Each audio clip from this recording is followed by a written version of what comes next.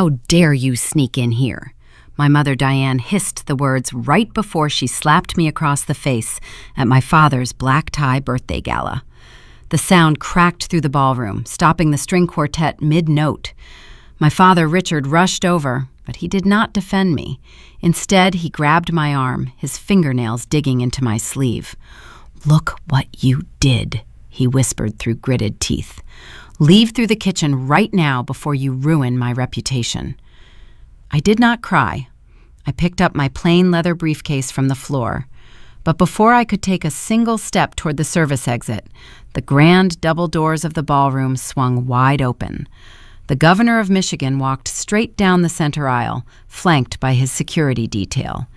He bypassed every wealthy investor in the room, stopped right in front of my mother, and said, "Do you have any idea who she is?" Before I tell you how a single manila folder in my briefcase bankrupted my family by midnight, welcome back to Grape Vengeance. Hit the like button, subscribe to the channel, and drop your age and local time in the comments below. I love knowing the life experience of the people listening to my story.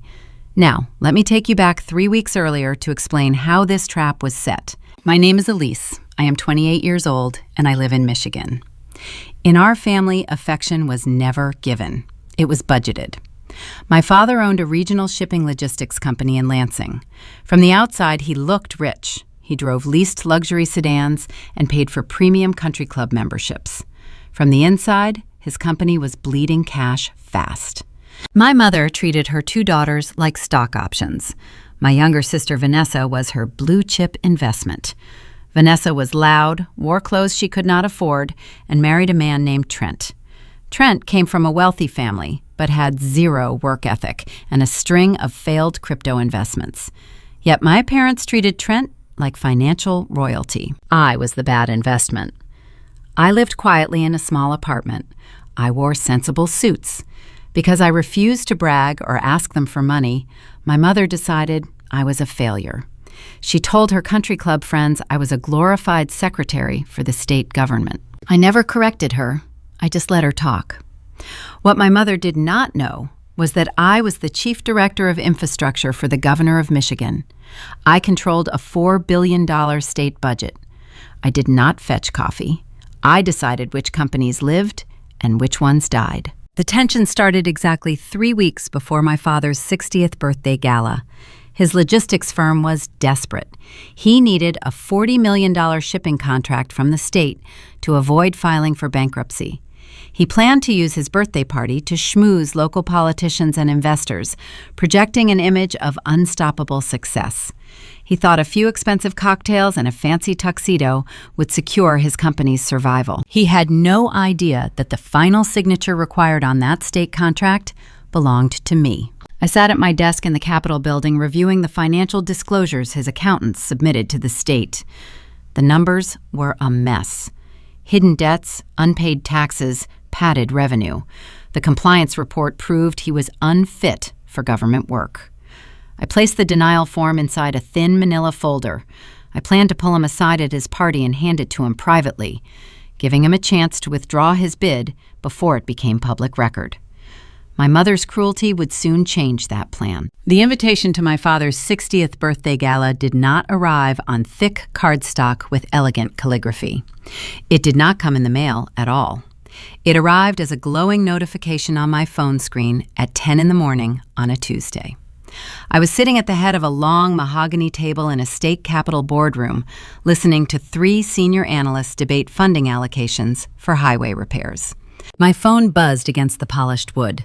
The screen lit up with a message from Diane. She never signed her texts with Mom. I unlocked the screen. It was not a request for my company. It was a list of demands. The text read that the gala was being held at the Bloomfield Hills Country Club this Saturday. Then the instructions began. She explicitly told me to wear plain black. She wrote that she did not want me wearing anything bright or fitted because I needed to blend in with the waitstaff. She wanted me to remain practically invisible, fading into the background of her perfect evening. The next line was sharper.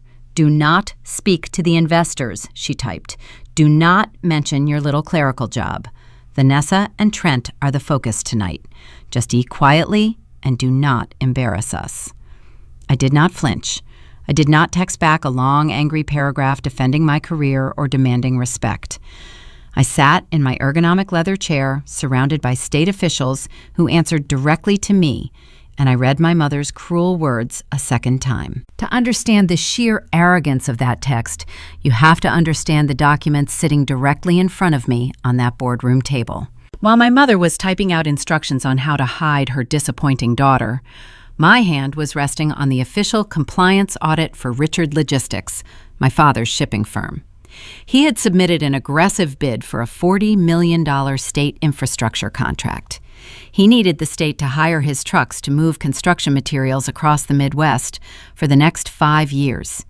He needed it because his company was drowning. I opened the audit file. The state accountants had torn his financials apart. From the outside, my father projected wealth. He threw expensive parties, bought custom golf clubs, and paid for my sister Vanessa to live a life of leisure. But the pages in my hands told the honest story.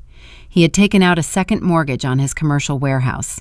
He had defaulted on 3 separate vendor payments in the last quarter.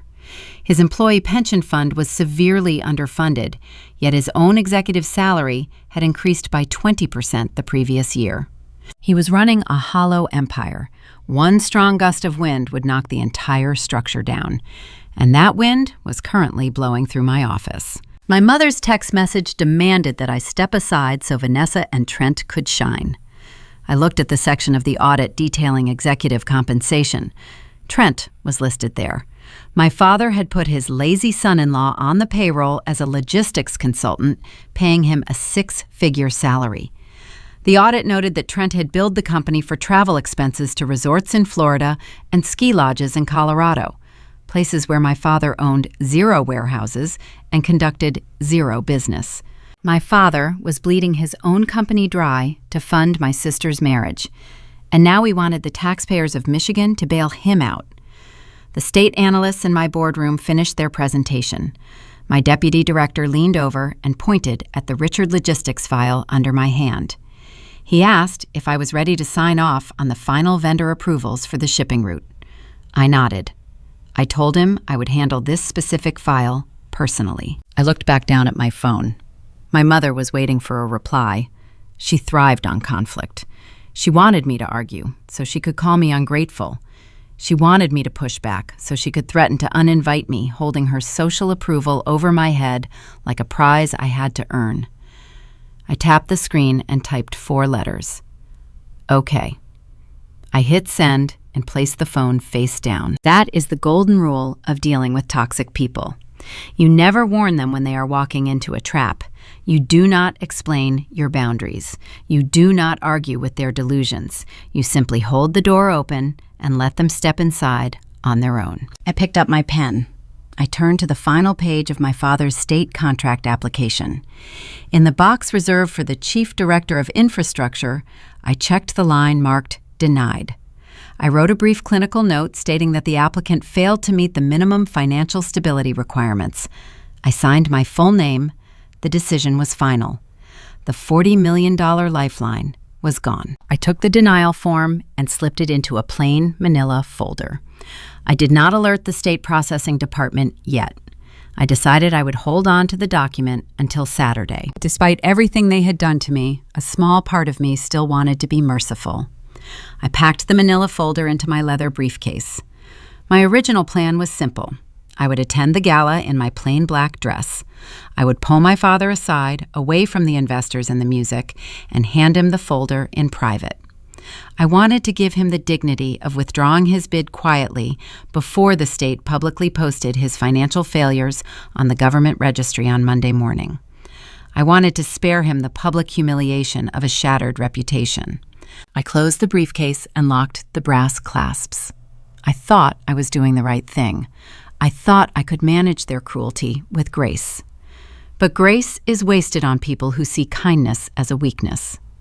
My mother's demand that I blend in with the hired help was only the beginning of her strategy for the evening.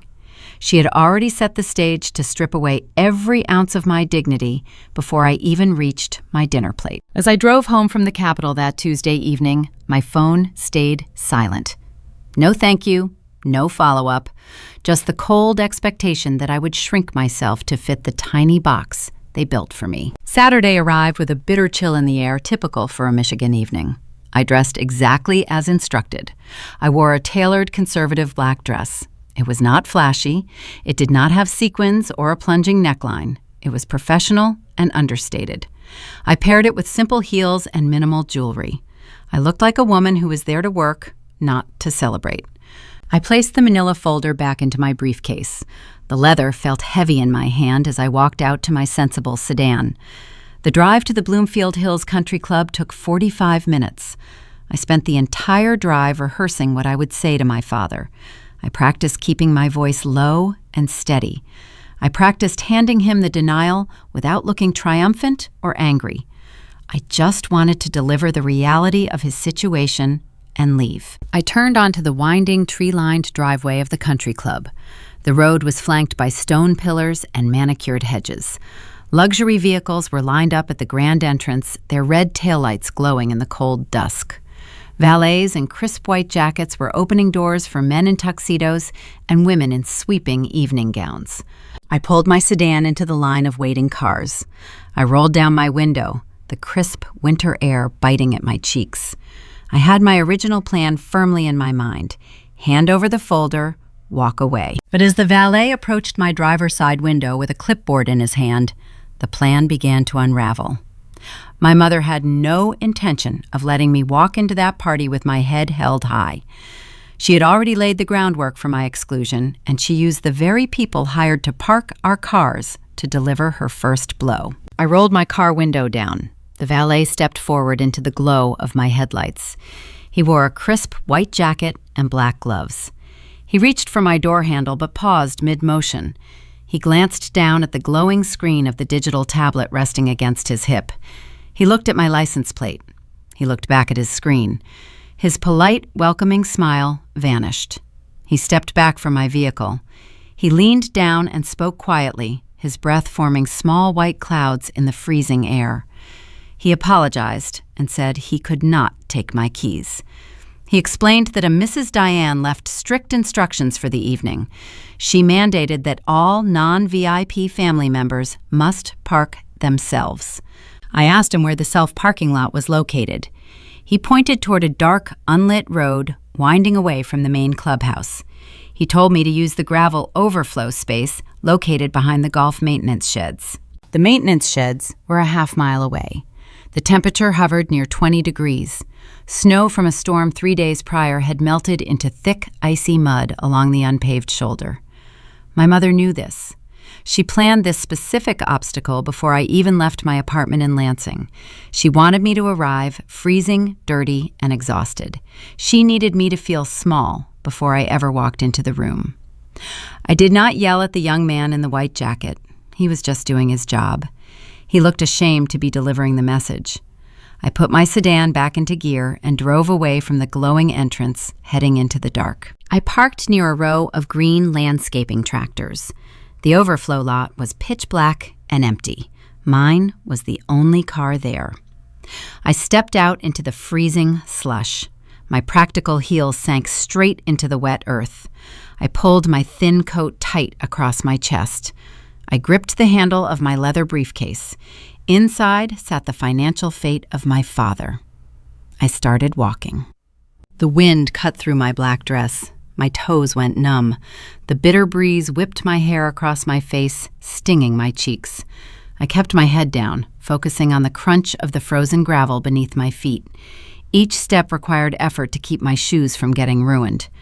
As I walked along the dark path, I thought about how much effort Diane put into her cruelty. She always treated exclusion like a sport. When I graduated from college with honors, she booked a celebration dinner at an expensive steakhouse. She reserved a table for 4. She invited my father, Vanessa, and Trent. She told me she assumed I would want to celebrate with my own friends instead. She paid the bill with my father's credit card, while I ate leftover pasta in my tiny dorm room. Tonight was just a grander, more expensive version of that same steakhouse reservation. She engineered my isolation to remind me of my place in her hierarchy. I finally reached the grand foyer. My feet ached from the bitter cold. Mud coated the bottom edges of my shoes. I brushed off my skirt and walked toward the towering glass doors. A hostess stood behind a polished mahogany podium. She wore a tailored suit and held an earpiece to her ear. I gave her my name. She scanned her tablet. Her fingers stopped moving. She looked up at me, then instantly looked down at the floor. She shifted her weight nervously from side to side. She told me she could not let me through the main lobby. She cleared her throat and stated that Mrs. Diane explicitly requested I enter through the service corridor. The hostess refused to make eye contact. She felt guilty in forcing a rule a mother made against her own daughter. I understood her discomfort. Diane excelled at making strangers complicit in her abuse. She loved displaying her power by forcing other people to carry out her insults. I did not argue with the hostess. Arguing would mean Diane won the first battle of the night. I nodded once, turned around, and walked around the side of the stone building toward the loading dock. I pushed open a heavy metal door. Heat and the sharp smell of roasted garlic hit my face immediately. I stood in the middle of a sprawling commercial kitchen. Stainless steel counters stretched in every direction. Dozens of chefs and waiters rushed past me in a choreographed frenzy. They carried silver trays loaded with prime rib, seared scallops, and tall champagne flutes. They were preparing a feast my father could not afford. The catering bill for this gala probably cost more than his logistics company had in liquid assets. He was charging this entire evening on borrowed time and maxed out credit lines. A chef yelled for someone to clear a path. I stepped aside, pressing my back against a cold refrigerator door. A waiter carrying a tray of dirty plates stopped near me. He noticed my shivering shoulders. He did not judge me. He did not ask why a guest was standing near the dishwashing station. He asked if I was lost. He spoke with genuine concern, treating me like a human being. I told him I was directed to use this entrance. He looked at my plain black dress and my leather briefcase. He reached into his apron and offered me a clean white towel to wipe the mud off my shoes. He treated me with more respect in 10 seconds than my own blood relatives had in 28 years. I thanked him. I wiped my heels clean and threw the towel into a laundry bin. I walked toward the padded swinging doors leading into the main ballroom. I pushed the leather doors open and slipped inside. The noise of the gala washed over me. A string quartet played a classical piece in the far corner. Crystal chandeliers threw warm light across dozens of round tables draped in heavy silk linens. The room smelled like expensive perfume and fresh lilies. Men in tailored tuxedos laughed loudly. Women, draped in diamonds, clinked crystal wine glasses. I stood in the shadows near the kitchen entrance. Nobody looked my way. I remained invisible to the high society crowd. Diane had designed my outfit perfectly. I looked exactly like the catering staff. I scanned the room for my father. He stood near the center of the ballroom holding a rocks glass filled with expensive scotch. He was smiling broadly, patting a local politician on the back. He looked like a king surveying his prosperous kingdom. He was putting on a masterclass in financial deception. He laughed at a joke a city councilman made, flashing his bright veneers. He needed that councilman's support. He needed everyone in this room to believe his shipping trucks were running at maximum capacity, when in reality, half his fleet was grounded due to unpaid repair bills. I squeezed the handle of my briefcase. The manila folder inside felt heavier than it had in my state office. That single piece of paper held the power to erase his smile forever. I did not walk up to him. I remembered my original plan to hand him the state contract denial quietly. I wanted to give him the dignity of withdrawing his bid before the government publicly posted his financial failures. But the half-mile walk through the frozen mud had shifted my perspective. My mother wanted me to stay hidden. I decided I would oblige her for a little while longer. I wanted to see how far they would push their charade. I walked along the perimeter of the room. I kept my back to the wallpaper, avoiding the bright center lights. I needed to find my assigned seat. I needed to sit down and wait for the evening to unfold. I clutched my briefcase against my chest, feeling the sharp corners of the folder pressing through the leather. The music swelled. The chatter grew louder as the wealthy guests began taking their seats. I stood near the back wall and watched the grand entrance doors at the far end of the hall. I knew what was coming next. The party could not truly begin until my mother's prized investment arrived. The doors were about to open for my sister and her husband.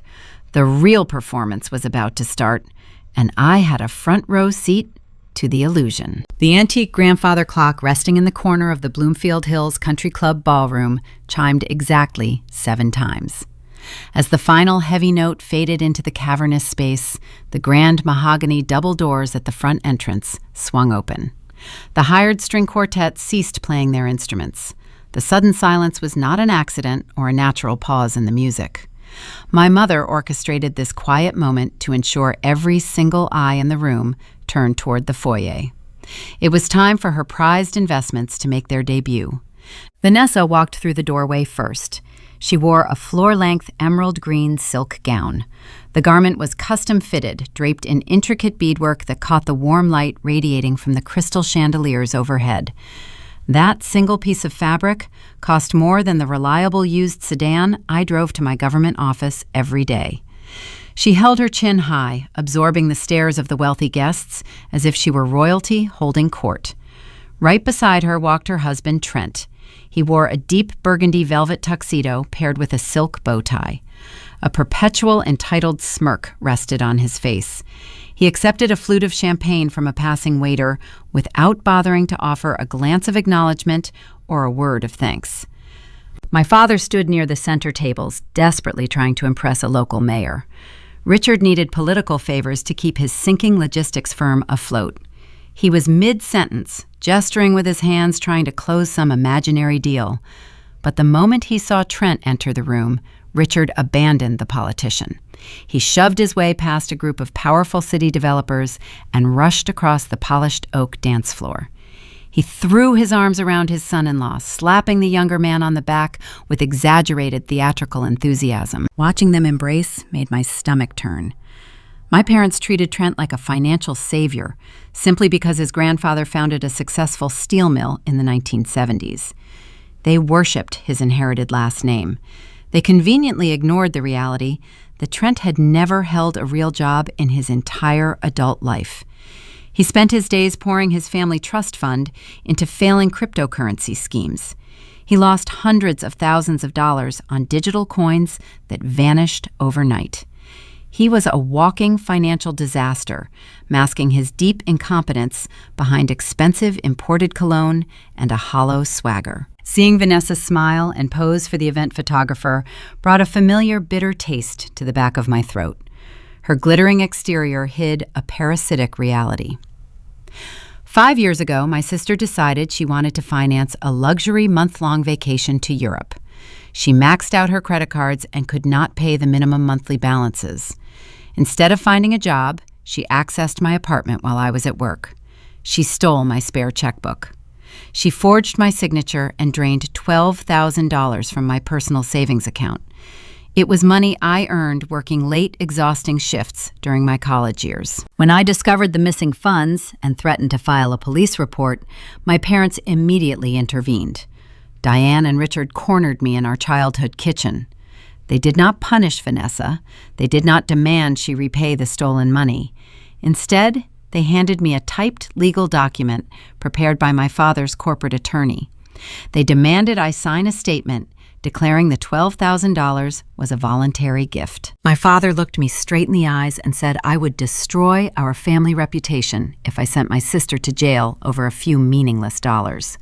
My mother threatened to cut off my health insurance and kick me out of the house forever if I refused to cooperate. I sat at that cold granite kitchen island, holding a cheap plastic pen, and signed the paper. I protected Vanessa from felony fraud charges. That was the exact day I realized I did not have parents. I had hostage negotiators. That was also the day I stopped expecting justice from them and decided I would build my own power instead. Now, 5 years later, I stood near the kitchen doors wearing a plain black dress, clutching the leather briefcase that held my father's ruin. I watched the golden couple mingle with the high society crowd. Trent shook hands with the corporate investors my father owed substantial sums of money to. Trent projected ultimate authority, nodding and gesturing as if he personally owned Richard Logistics. He acted like a titan of industry. I knew the truth. I knew the company was quietly drowning in unpaid vendor invoices and desperate high-interest loans. My parents built their entire reality on optics. They believed that if they looked wealthy enough, the universe would simply hand them a state contract to make it true. They ignored the deep financial rot eating through the foundation beneath them. They were performing a grand, expensive play on a sinking ship, convinced their beautiful costumes would keep them from drowning. The guests began taking their seats for the first course. Waiters carrying silver trays rushed past my hidden spot. I remained pressed against the dark floral wallpaper, watching the VIP table near the front stage. My mother was busy arranging the seating chart, ensuring Trent sat right next to the most important venture capitalist in the room. Diane patted Trent on the shoulder, her face glowing with artificial pride. Then Vanessa turned her head. She scanned the crowded ballroom, likely looking for a server to bring her a fresh drink. Her eyes swept past the towering floral arrangements, past the local politicians, and landed directly on the service corridor. She spotted me. I stood motionless in the shadows. I did not avert my gaze. I looked straight back at her, feeling the sharp edges of the manila folder pressing through my briefcase. For a fraction of a second, Vanessa looked confused to see me standing near the dish carts. Then her lips curled into a cruel, knowing smile. She did not wave. She did not walk across the room to greet her older sister. Instead, she leaned over and tapped our mother on the shoulder. Vanessa whispered something into Diane's ear. She raised her hand and pointed a manicured finger straight at my dark corner. Diane turned her head fast. My mother squinted through the dim ballroom lighting until she finally spotted my plain black dress and my mud-stained shoes. Vanessa let out a sharp, mocking laugh that carried clearly over the low hum of the dining room chatter. My mother's face instantly twisted from fake social joy into pure, unadulterated fury. She dropped her cloth napkin onto the table, her jaw locked tight. The first domino of the night had officially been pushed, and she was already marching across the floor to finish the job. My mother moved across the polished dance floor with the focused intensity of a predator tracking a wounded animal. She bypassed the dancing couples and the waiters without breaking her stride. Her expensive heels clicked a sharp, frantic rhythm against the hardwood, cutting through the classical music playing from the string quartet. When she reached my dark corner by the kitchen doors, she did not offer a greeting. She reached out and clamped her manicured fingers around my left forearm. Her acrylic nails dug through the fabric of my sleeve, pinching my bare skin beneath. She yanked me backward with surprising force, dragging me out of the line of sight of the main dining area. She shoved me behind a towering floral arrangement near the coat check, making sure we were hidden from the wealthy guests. The scent of heavy white roses and lilies was suffocating in the tight space. Diane glared at me, her chest heaving slightly under her designer silk gown. Her eyes scanned my body from head to toe, her face twisting into a mask of pure disgust. "What exactly are you wearing?" she hissed.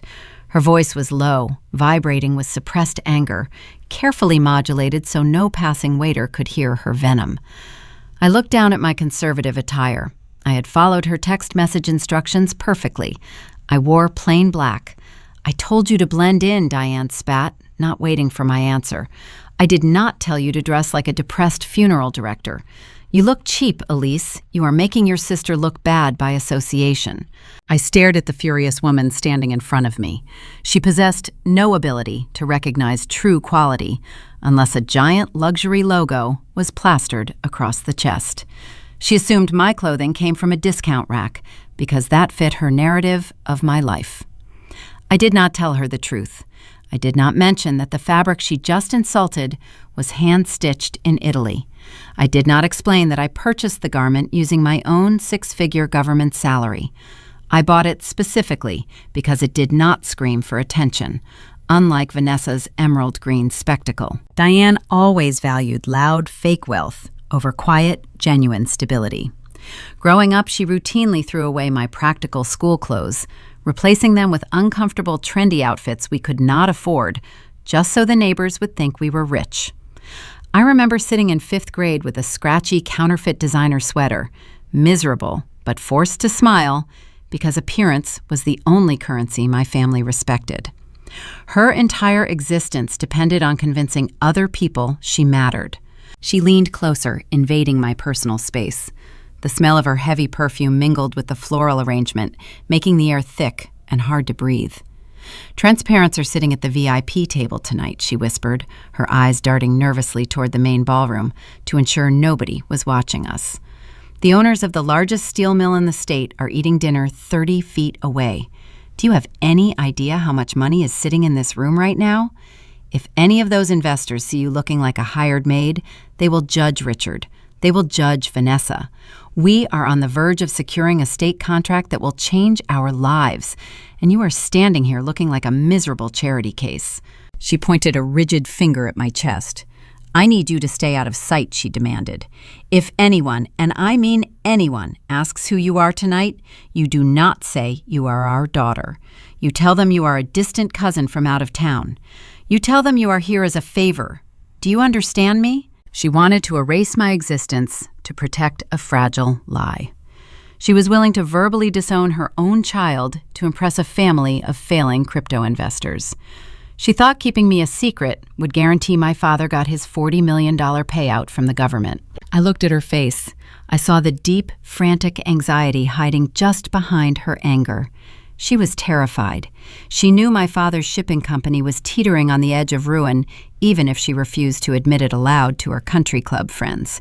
She believed that maintaining this perfect facade was the only thing standing between her and total bankruptcy.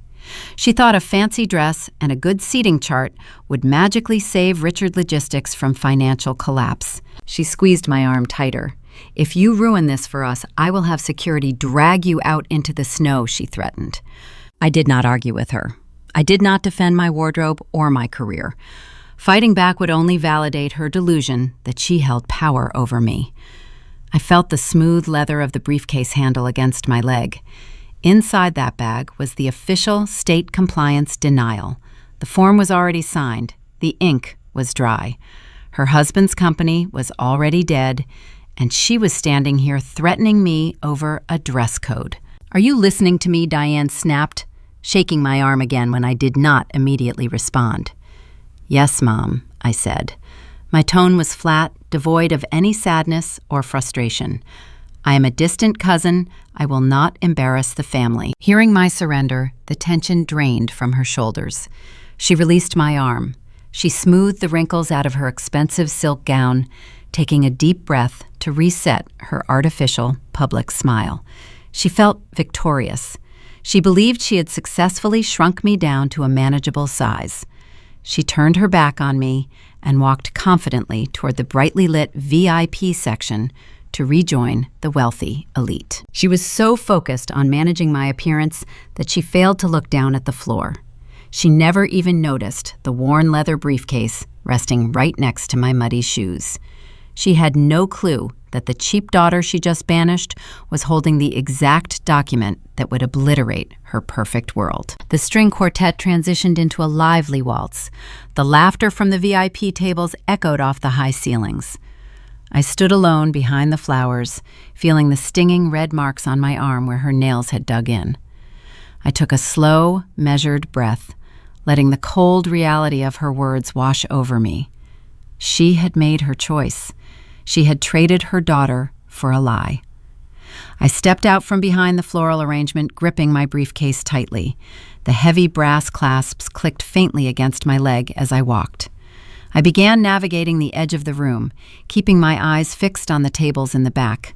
I needed to find my assigned seat. I stepped away from the floral arrangement and navigated the edge of the dining floor.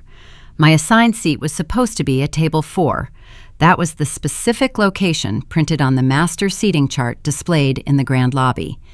Table 4 sat near the center of the room, close enough to the main stage to show familial support, but far enough away from the prominent VIP section to keep me out of the official event photographs. I walked past tables covered in crisp white linen. Waiters poured sparkling water into crystal goblets. Guests in expensive tailoring discussed private golf courses and fluctuating stock portfolios. I reached table 4 and circled the perimeter, reading the elegant calligraphy on the small, folded name cards.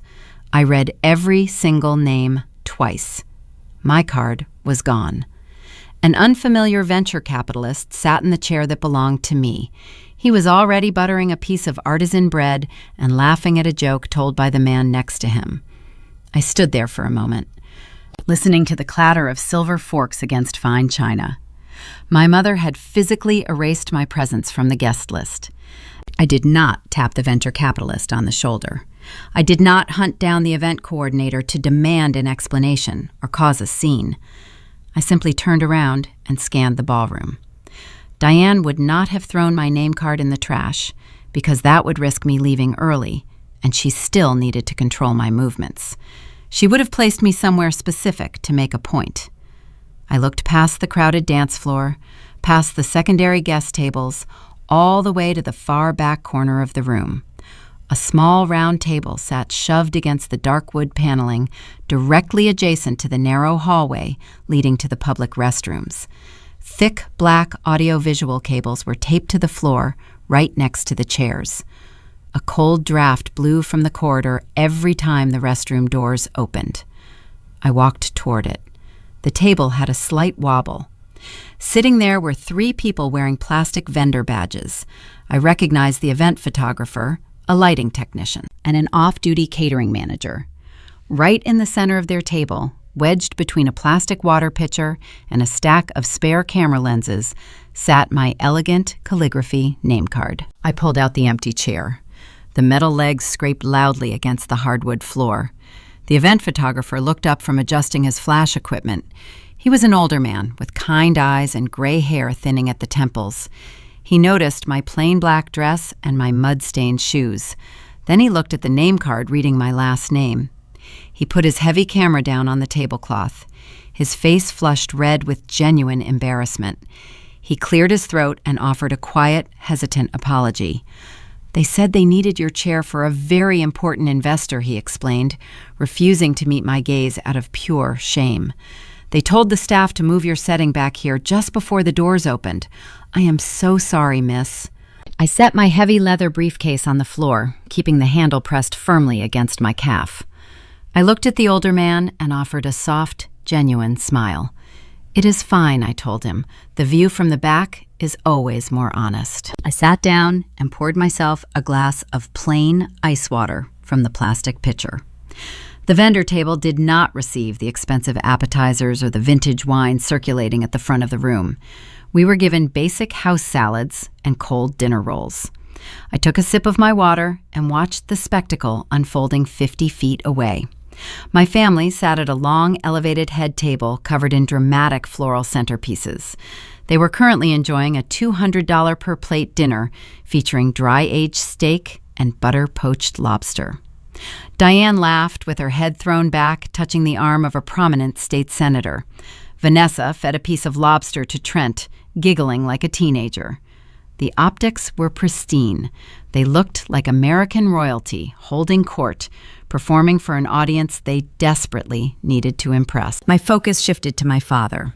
Richard stood up from his chair holding a bottle of reserve red wine. I knew the label. That specific vintage cost $300 per bottle. He walked around the head table personally refilling the glasses of 3 major creditors. These were men who lent his logistics firm crucial operating cash 2 years ago. I watched Richard pat one of the creditors on the shoulder, flashing his expensive dental veneers. He told a loud story about expanding his trucking fleet into new territories. He was putting on a masterclass in financial deception. He projected an aura of unstoppable success. The creditors drank the expensive wine and nodded along, mesmerized by the illusion. Those men had no idea that Richard Logistics missed its last 2 quarterly tax payments. My father operated his entire life on the dangerous assumption that a big payday was always just around the corner. When I was a teenager, he drained the college savings account he promised to hold for me because he needed instant capital to buy a luxury boat. He wanted to impress a potential client on the lake. The client passed on the deal, and the boat was quietly repossessed 6 months later.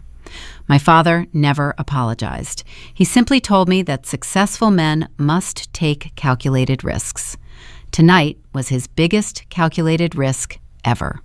He spent money he did not possess to throw a lavish birthday gala, hoping the sheer display of wealth would convince the politicians in the room to grant him a $40 million shipping contract. He believed that if he bought enough expensive steak and poured enough rare wine, the government would ignore the glaring red flags in his accounting ledgers. Trent mirrored my father perfectly. My brother-in-law walked over to a group of local developers swirling a glass of amber scotch. Trent spoke with false authority, bragging about shipping routes he knew nothing about. He acted like he built the logistics empire with his own bare hands, conveniently forgetting he lost his own family inheritance chasing digital trends. The two men fed off each other, building a fragile house of cards right there on the dance floor. The irony of the seating arrangement was thick enough to choke on. The air in the ballroom felt heavy with fake laughter and desperate ambition. My father stood at the front of the room begging for his financial survival, wrapped in a tailored tuxedo. Meanwhile, the single person holding his actual salvation sat shoved in a dark corner next to the bathrooms. I took another slow sip of my ice water. My leg brushed against the leather briefcase resting on the floor. The signed state denial form inside that bag was the only honest thing in the entire building. Diane banished me to the vendor table because she thought my presence would lower their social value. She thought hiding me would protect their future. She failed to realize that true power does not need a seat at the VIP table. True power can sit in the shadows, drinking tap water, and still control the fate of everyone in the room. The dinner service began to wind down. Waiters swooped in to clear the dirty china plates. The low hum of conversation shifted as dessert courses were brought out from the kitchen. The older photographer next to me picked up his heavy camera and checked his battery pack. He mentioned that the speeches were about to start. I watched my father wipe his mouth with a linen napkin. Richard buttoned his tuxedo jacket and picked up a silver spoon. He tapped the metal against his crystal water glass. The sharp, high-pitched ringing sound cut through the ballroom. The wealthy crowd quieted down, turning their expensive chairs toward the main stage. My father stepped up to the microphone, his chest puffed out with arrogant pride. The time for whispering was over. The public performance was about to begin, and I knew exactly what lies he planned to tell. At 8:30 in the evening, the catering staff began clearing the discarded dessert plates. The low hum of conversation filling the Bloomfield Hills Country Club ballroom shifted. My father stood up from the center of the head table.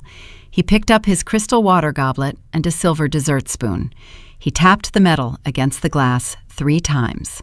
The sharp ringing sound cut through the air, demanding immediate attention from every person in the room. The string quartet lowered their bows in perfect unison. Dozens of wealthy guests turned their expensive chairs toward the main stage, their eyes fixed on Richard. He walked to the microphone stand positioned in front of a towering wall of white roses. He adjusted his silk bow tie and leaned forward, gripping the edges of the clear acrylic podium. He looked out over the sea of investors, local politicians, and country club socialites. He wore the expression of a conquering hero. He paused, letting the silence build, soaking in the spotlight he bought using borrowed money and hollow promises. Thank you all for being here tonight. Richard began, his voice booming through the high-end sound system. Reaching 60 is a significant milestone. It makes a man look backward at what he built with his own 2 hands. But tonight is not just about celebrating my birthday. Tonight is about the future. It is about legacy. He spoke with practiced, effortless charisma. He talked about founding his logistics firm decades ago. He painted a vivid picture of hard work, late nights, and profound sacrifices. Listening to him from the dark corner by the kitchen doors, I felt a familiar, cold sensation in my chest. I remembered those early years very differently. I remembered him skipping my middle school graduation because he claimed he was meeting with a crucial freight dispatcher. I later discovered he was actually playing golf in Florida with his drinking buddies. His version of grueling hard work always involved a country club scorecard and a bar tab. Richard raised his hand and gestured toward the head table. A true legacy requires strong, fearless leadership, he continued.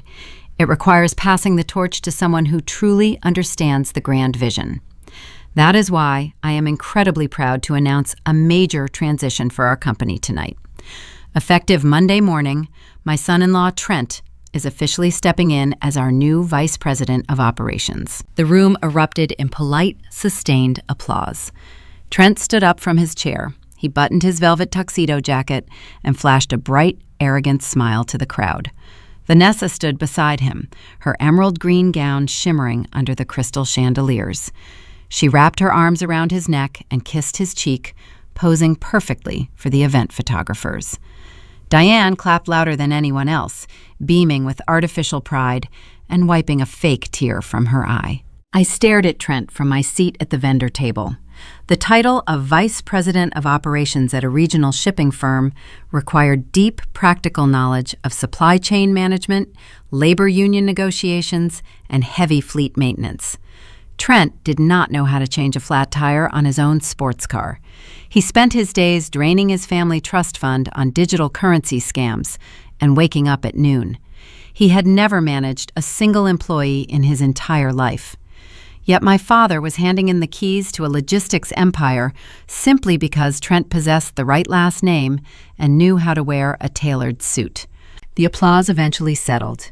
Richard leaned closer to the microphone. His voice dropped to a confident, conspiratorial tone, making the audience feel like they were in on a massive secret. Trent and I are not just maintaining the status quo, Richard said, locking eyes with the wealthiest men in the front row. We are expanding rapidly. I wanted to wait until the ink was dry, but seeing all our closest friends and financial backers here tonight, I cannot keep the secret any longer. He gripped the podium tighter. Together, Trent and I are finalizing a state shipping contract next week. This exclusive agreement with the government of Michigan will double our company valuation by the end of the fiscal year. The ballroom exploded with noise. This time, the applause was not polite. It was greedy. The venture capitalists sitting at the front tables cheered loudly. The creditors my father owed substantial money to clapped enthusiastically, profound relief washing over their faces. They believed their risky, high-interest loans were finally secure. They thought the state government was stepping in to guarantee their investments. My father was looking them right in the eyes and feeding them a calculated fairy tale. He had not finalized anything. The state contract was not in the negotiation phase. It was dead. The official denial form sat inside the leather briefcase, resting against my calf. Richard was using the state of Michigan as a prop to commit financial fraud right in front of local politicians and heavy investors. He needed his creditors to stay calm, so he fabricated a government endorsement to buy himself more time. I watched my mother lean across the head table, raising her champagne glass toward a prominent city developer. She was selling the lie just as hard as her husband. She needed this grand illusion to survive. Richard wrapped up his speech by thanking his family. He thanked Diane for her unwavering support through the tough times.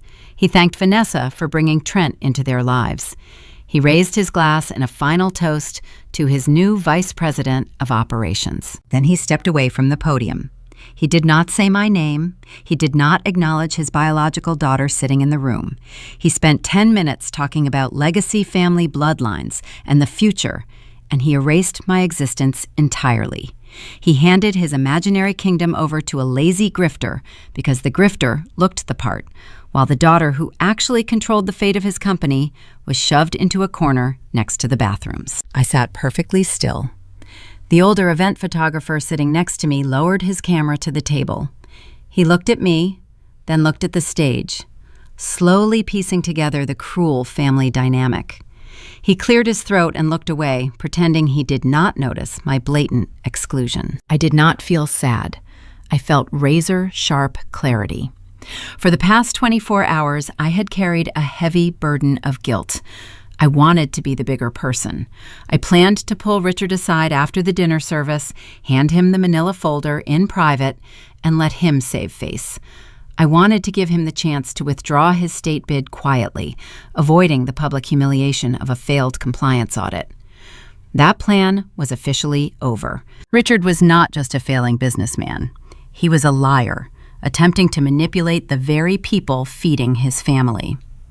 If I handed him the denial in private now, he would simply hide it. He would keep lying to his creditors.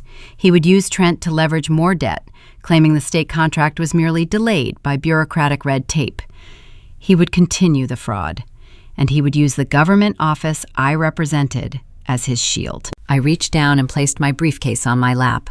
I unlatched the brass locks. The sharp click sounded loud to my own ears, cutting through the background noise of the jazz band starting their next instrumental set. I opened the leather flap.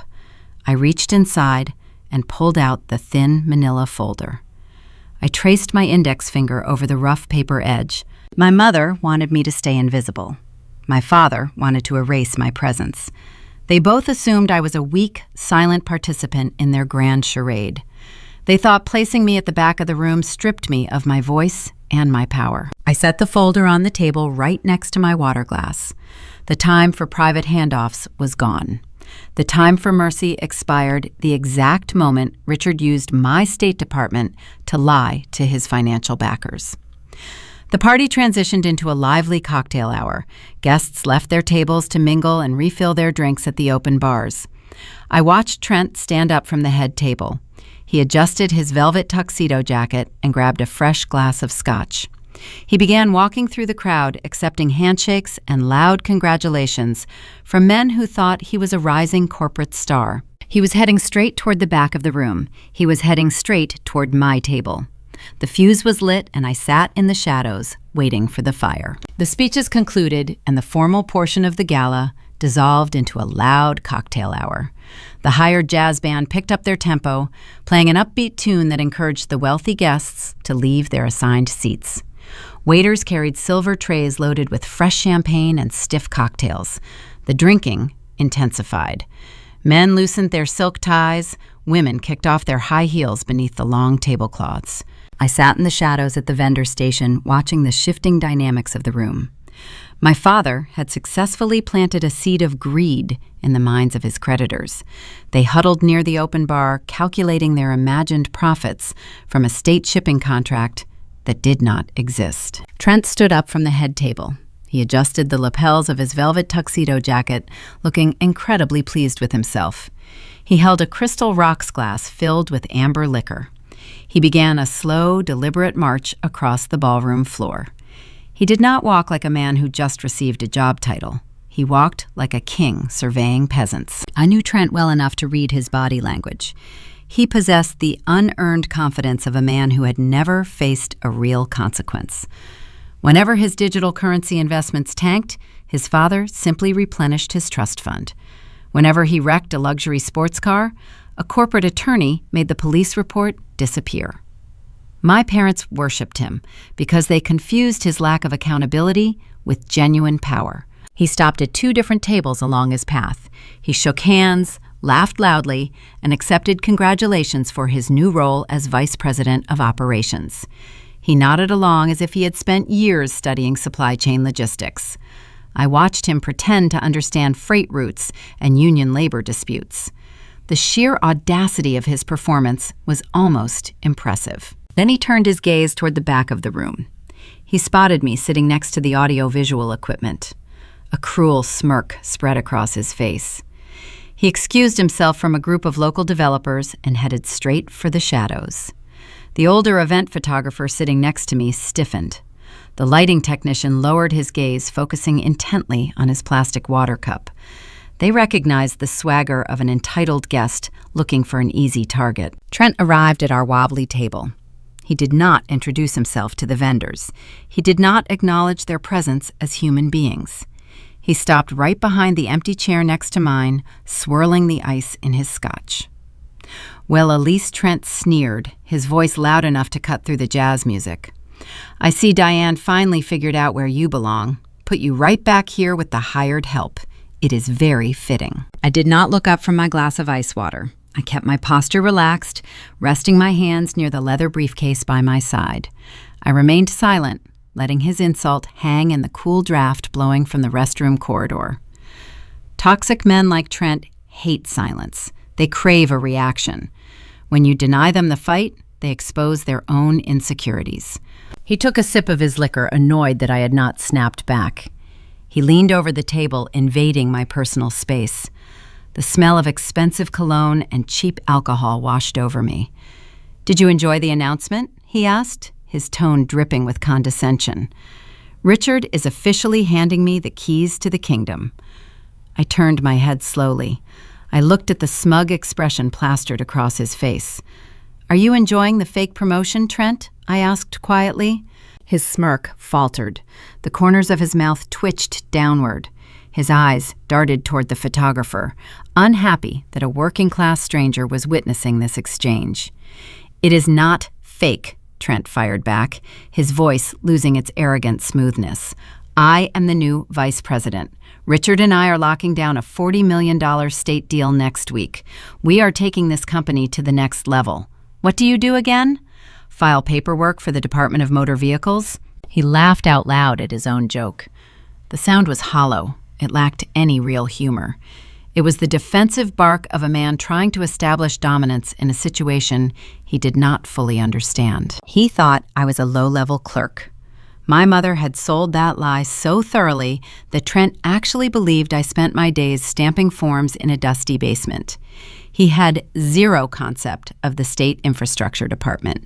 He did not know that my signature authorized the repair of every major bridge in the region. He did not realize that I spent my mornings negotiating billion-dollar federal grants with politicians who would not even return his phone calls. I let him laugh. I watched his chest puff out.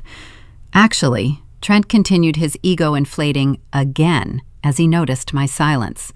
He shook his near-empty glass, making the ice cubes rattle against the crystal. "Run over to the main bar and get me another scotch." The waiters in this place are far too slow. He raised his hand. He extended his index and middle fingers. He snapped his fingers right in my face. It was a sharp, degrading sound. He treated me exactly the way he treated parking attendants and restaurant servers. He viewed anyone who did not wear a designer label as a servant born specifically to fetch his drinks. The lighting technician sitting across the table tensed his shoulders. The older photographer closed his eyes, bracing for an ugly scene. I did not raise my voice. I did not stand up. I did not match his frantic, entitled energy. I simply turned my head, locking my eyes directly onto his.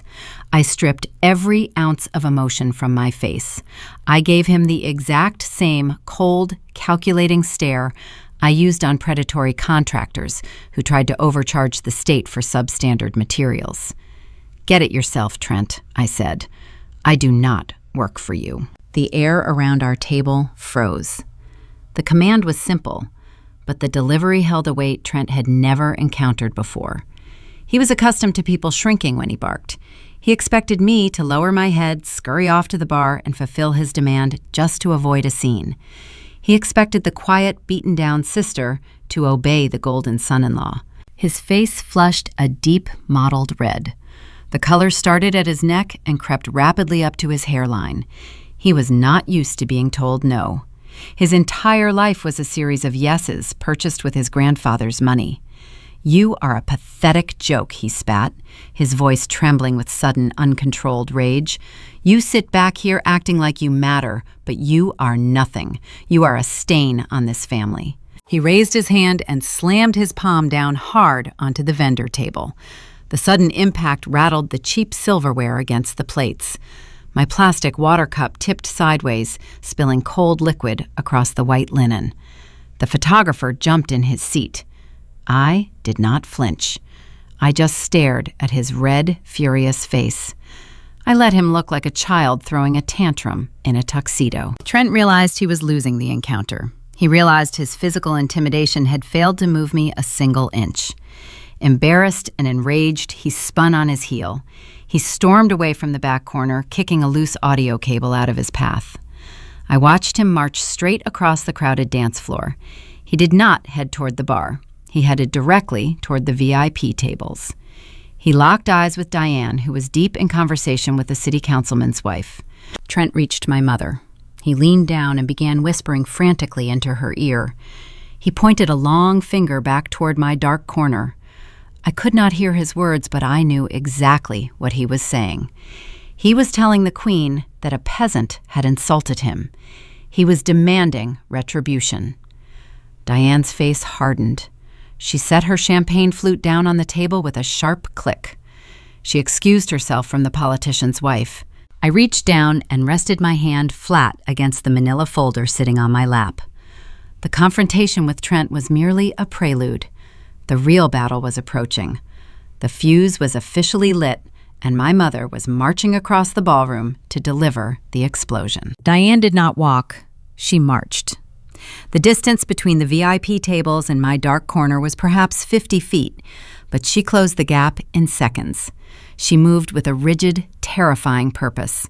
Her designer heels struck the hardwood floor like a gavel. She pushed past a waiter carrying a tray of empty glasses, nearly knocking the silver platter from his hands. She did not apologize. She did not even acknowledge the young man. Her eyes were locked entirely on me. I watched her approach. Trent trailed a few steps behind her, hanging back near the edge of the dance floor. He wore a coward's expression, eager to watch the punishment, but unwilling to deliver it himself. He wanted his mother-in-law to do the dirty work. Diane reached the vendor table. She did not pause to take a breath. She did not lower her voice to preserve the illusion of a happy family.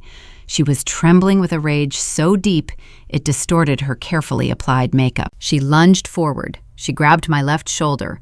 Her manicured nails dug right through the fabric of my black dress, biting into the skin underneath. The pinch was sharp and sudden. It was a physical tactic she used throughout my childhood.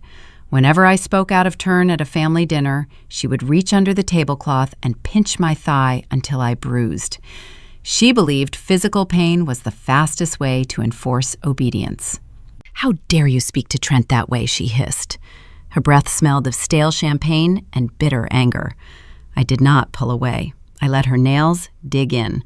I wanted the photographer sitting next to me to see exactly who this woman was. "He is the future of this family," Diane spat, her voice escalating.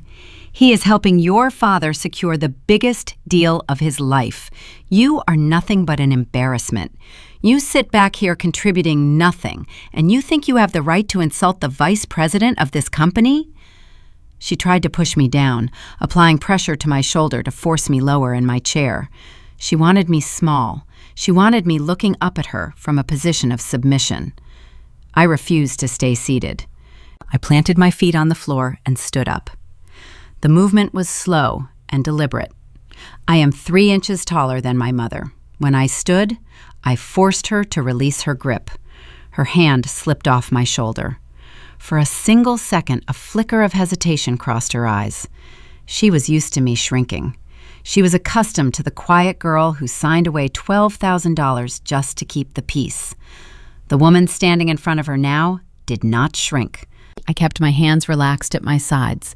I maintained direct eye contact. "He asked me to fetch him a drink, Mom," I said. My tone was steady and clinical, the same voice I used to terminate failing government contractors. "I am your daughter, not the waitstaff." Her hesitation vanished, replaced by a volcanic fury.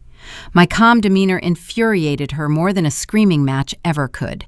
By refusing to lose my temper, I exposed her lack of control. "You are whatever I tell you to be," she screamed. The timing of her outburst was catastrophic. At that exact moment, the jazz band finished their lively instrumental set. The drummer tapped his cymbal one final time, and the musicians lowered their instruments to take a short break. The sudden absence of music created a vacuum in the ballroom. My mother's scream echoed across the sudden silence. The harsh, ugly words bounced off the high ceilings and rolled over the tables of wealthy guests. Every single head in the room turned toward the back corner. Conversation stopped mid-sentence. City councilmen lowered their forks. Wealthy investors turned in their chairs. The illusion of the perfect, sophisticated family shattered in an instant. Near the main stage, Vanessa let out a theatrical gasp. She placed her hands over her mouth, playing the role of the shocked, innocent bystander. She loved the drama, as long as the negative attention fell squarely on me. Diane realized people were staring. She saw the wealthy developers exchanging uncomfortable glances. Her pristine social standing was crumbling in real time, and her irrational mind blamed me for the exposure. I was the reason she was losing her composure. I was the reason the mask slipped. She lost all rational thought. She raised her right hand, she swung her arm and slapped me hard across the left cheek. The crack of her palm striking my face sounded like a breaking tree branch. It was incredibly loud in the quiet room. The force of the blow turned my head sharply to the side.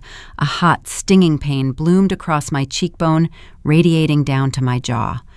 The event photographer sitting next to me jumped backward in his chair. He fumbled his heavy camera, dropping the plastic lens cap onto the wooden floor. It clattered noisily, bouncing against the metal leg of the table. The lighting technician let out a low breath of pure shock. The entire gala went dead silent. Nobody moved. Nobody spoke. The wealthy elite sat frozen, staring at a woman in a designer gown who had just physically assaulted a guest next to the restrooms. I slowly turned my head back to face her. I did not raise a hand to touch my cheek. I refused to give her the satisfaction of seeing me check for damage. I did not shed a single tear. Crying would imply she held the power to hurt my feelings. She lost that privilege years ago. I stood perfectly still.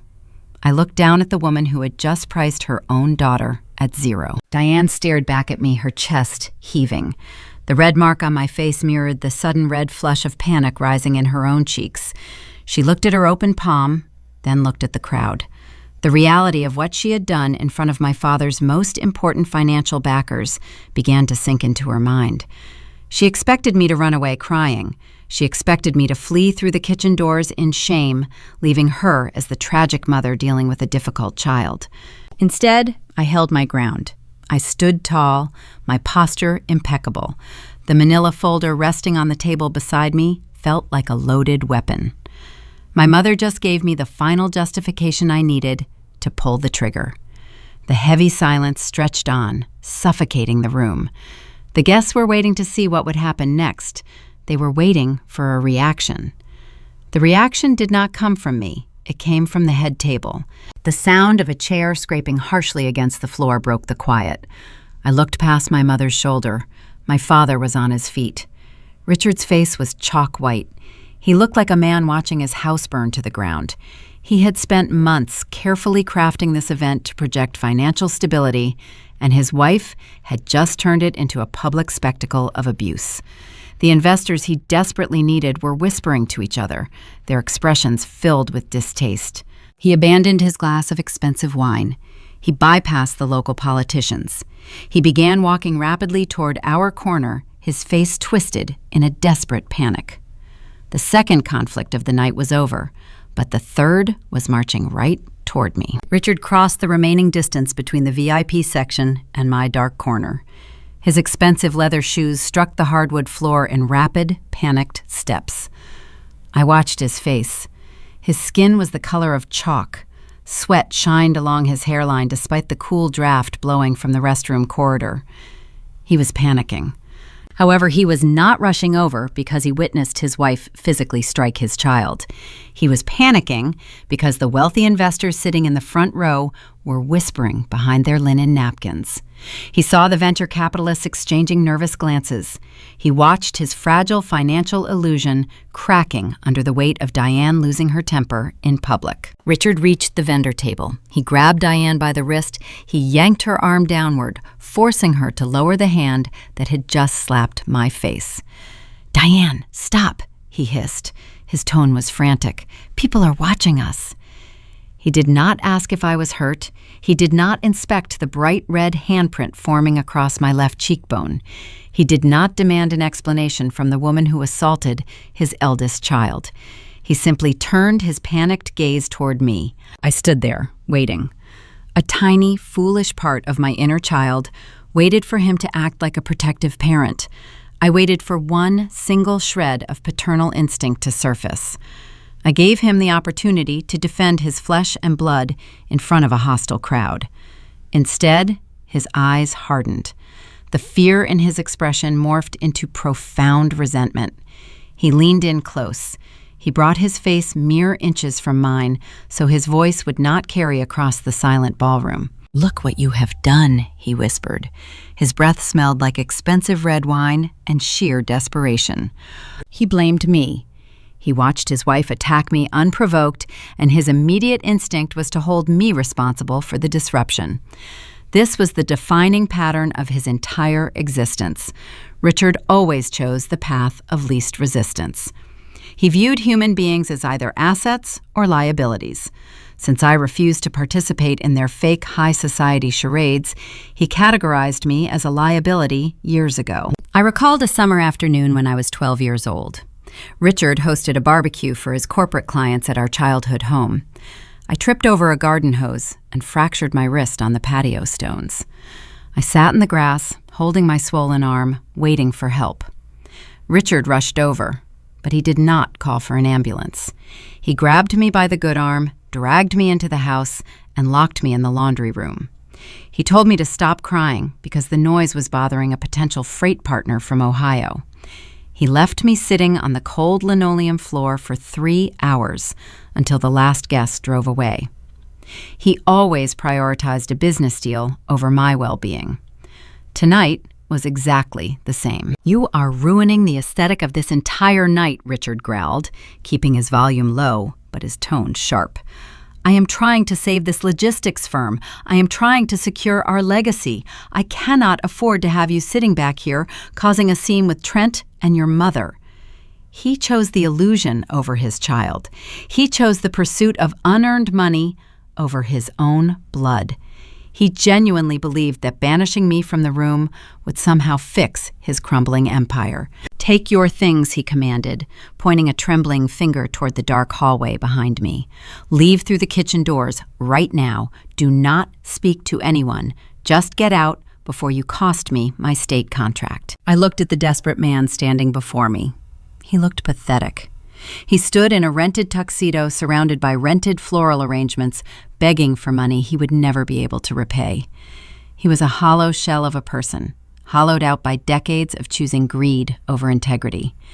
He thought he was a titan of industry, but he was just a scared older man running out of time. I did not raise my voice. I did not show him a single ounce of the pain radiating across my face. I kept my posture tall and my expression entirely devoid of emotion.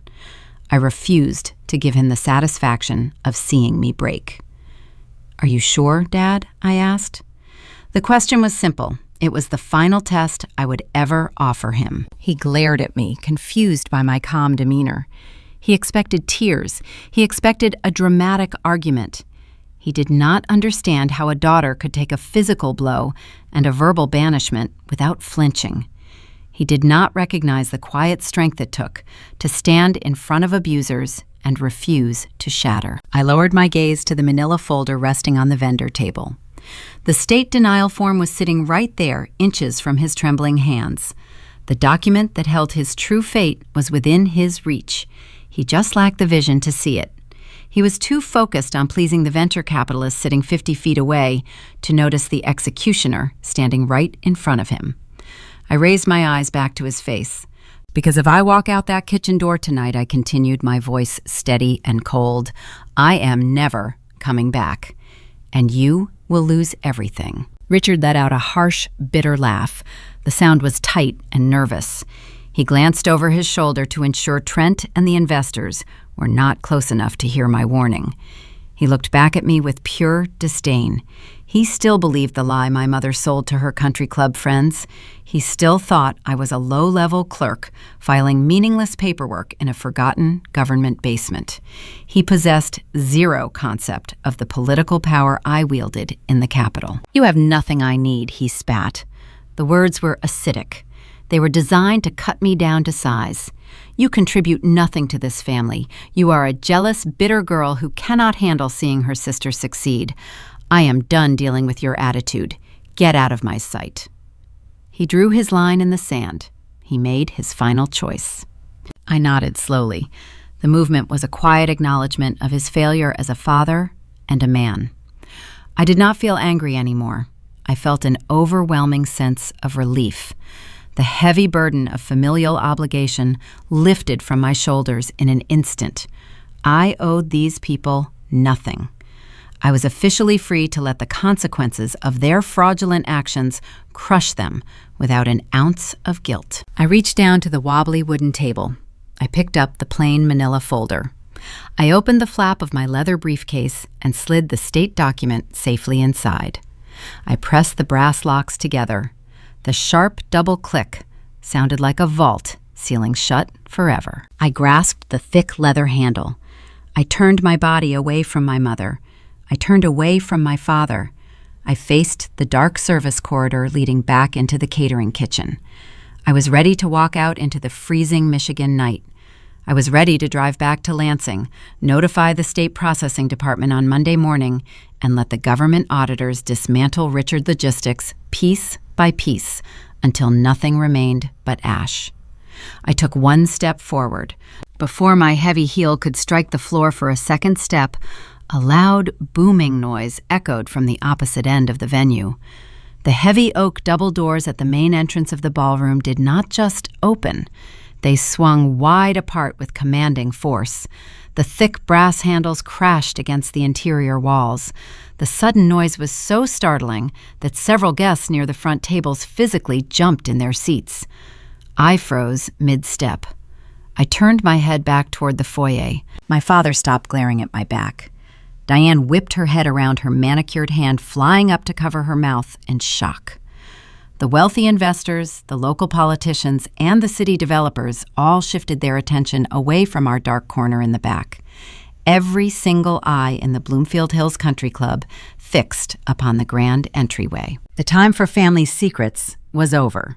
The highest authority in the state had just arrived, and the entire power dynamic of the room was about to flip upside down. The heavy oak double doors at the main entrance did not merely open, they were pushed apart with a commanding, aggressive force that sent the thick brass handles crashing against the interior drywall. The booming sound echoed across the Bloomfield Hills Country Club ballroom, freezing every conversation instantly. I stood near the dark service corridor, my hand gripping the leather handle of my briefcase. 4 men stepped over the threshold simultaneously. They wore tailored black suits and discreet wire earpieces curled around their necks. Their eyes darted across the room, scanning the crowd with clinical precision. They were not catering staff hauling extra chairs. They were not wealthy venture capitalists looking for a cocktail. They were the executive security detail for the state capitol. The sudden arrival of armed men shifted the temperature of the gala. The remaining whispers among the local politicians died out. A heavy, expectant quiet settled over the tables. A few seconds later, Governor Mitchell walked through the grand entryway. He did not pause to admire the towering floral arrangements. He ignored the crystal chandeliers hanging above his head.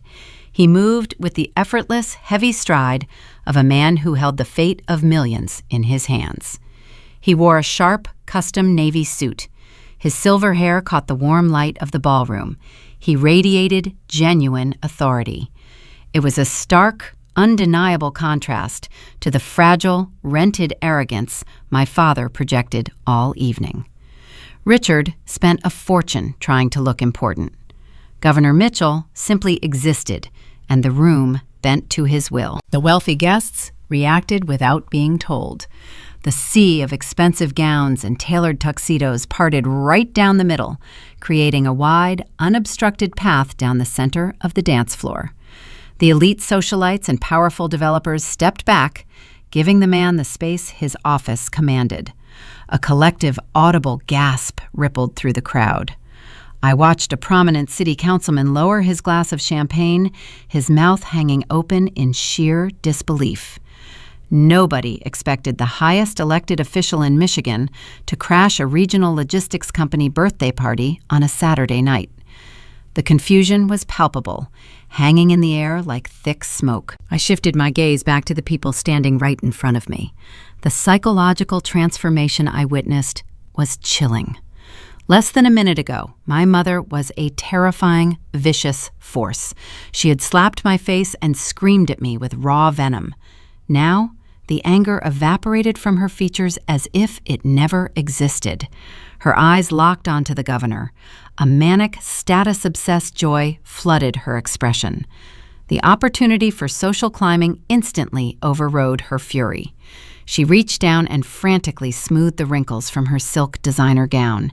She checked her diamond earrings to ensure they caught the light. She pasted on her brightest, most artificial smile. She leaned over and nudged my father hard in the ribs. "Richard," she whispered loudly, her voice trembling with greedy excitement. "The governor is here. He actually came.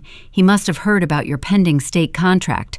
Go greet him right now. Show these investors how connected you are." My father snapped out of his panic. The paralyzing fear of public humiliation vanished, replaced instantly by soaring, unchecked ego. He entirely forgot about the physical assault that just occurred. He forgot about the daughter he had just banished to the freezing parking lot. He turned his back on me without a second thought. He reached up and hastily buttoned his tuxedo jacket, pulling his stomach in and puffing out his chest.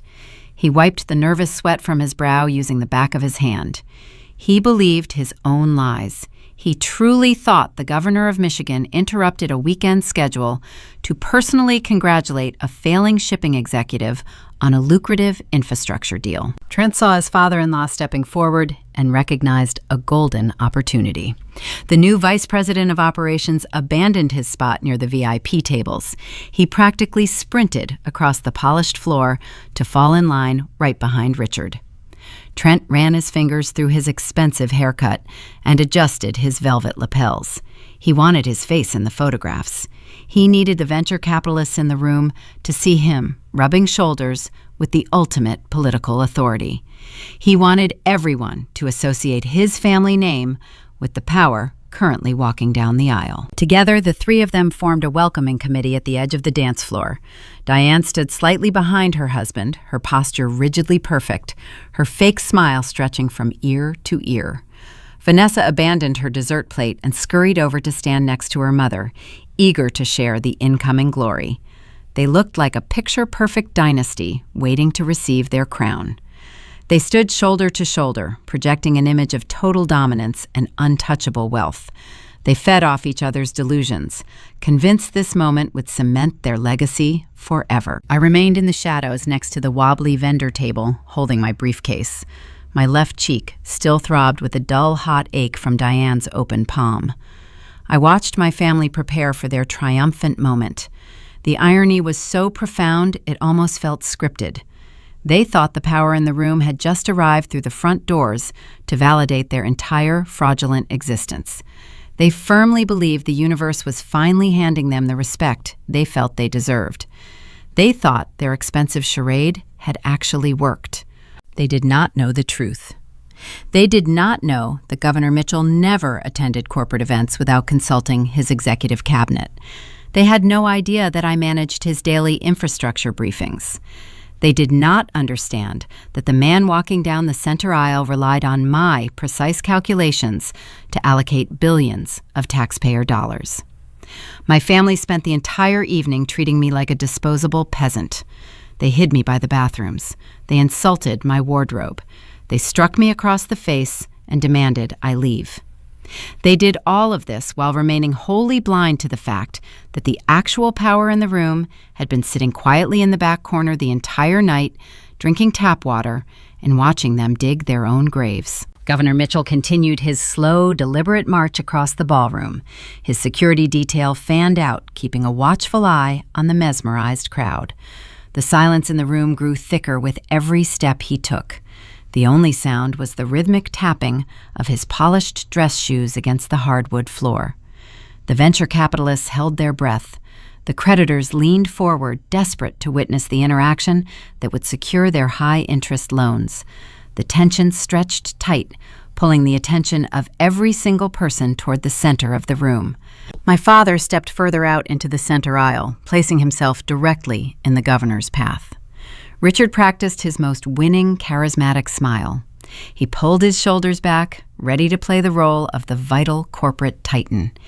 He raised his right hand, preparing to extend a firm, confident handshake to the leader of the state.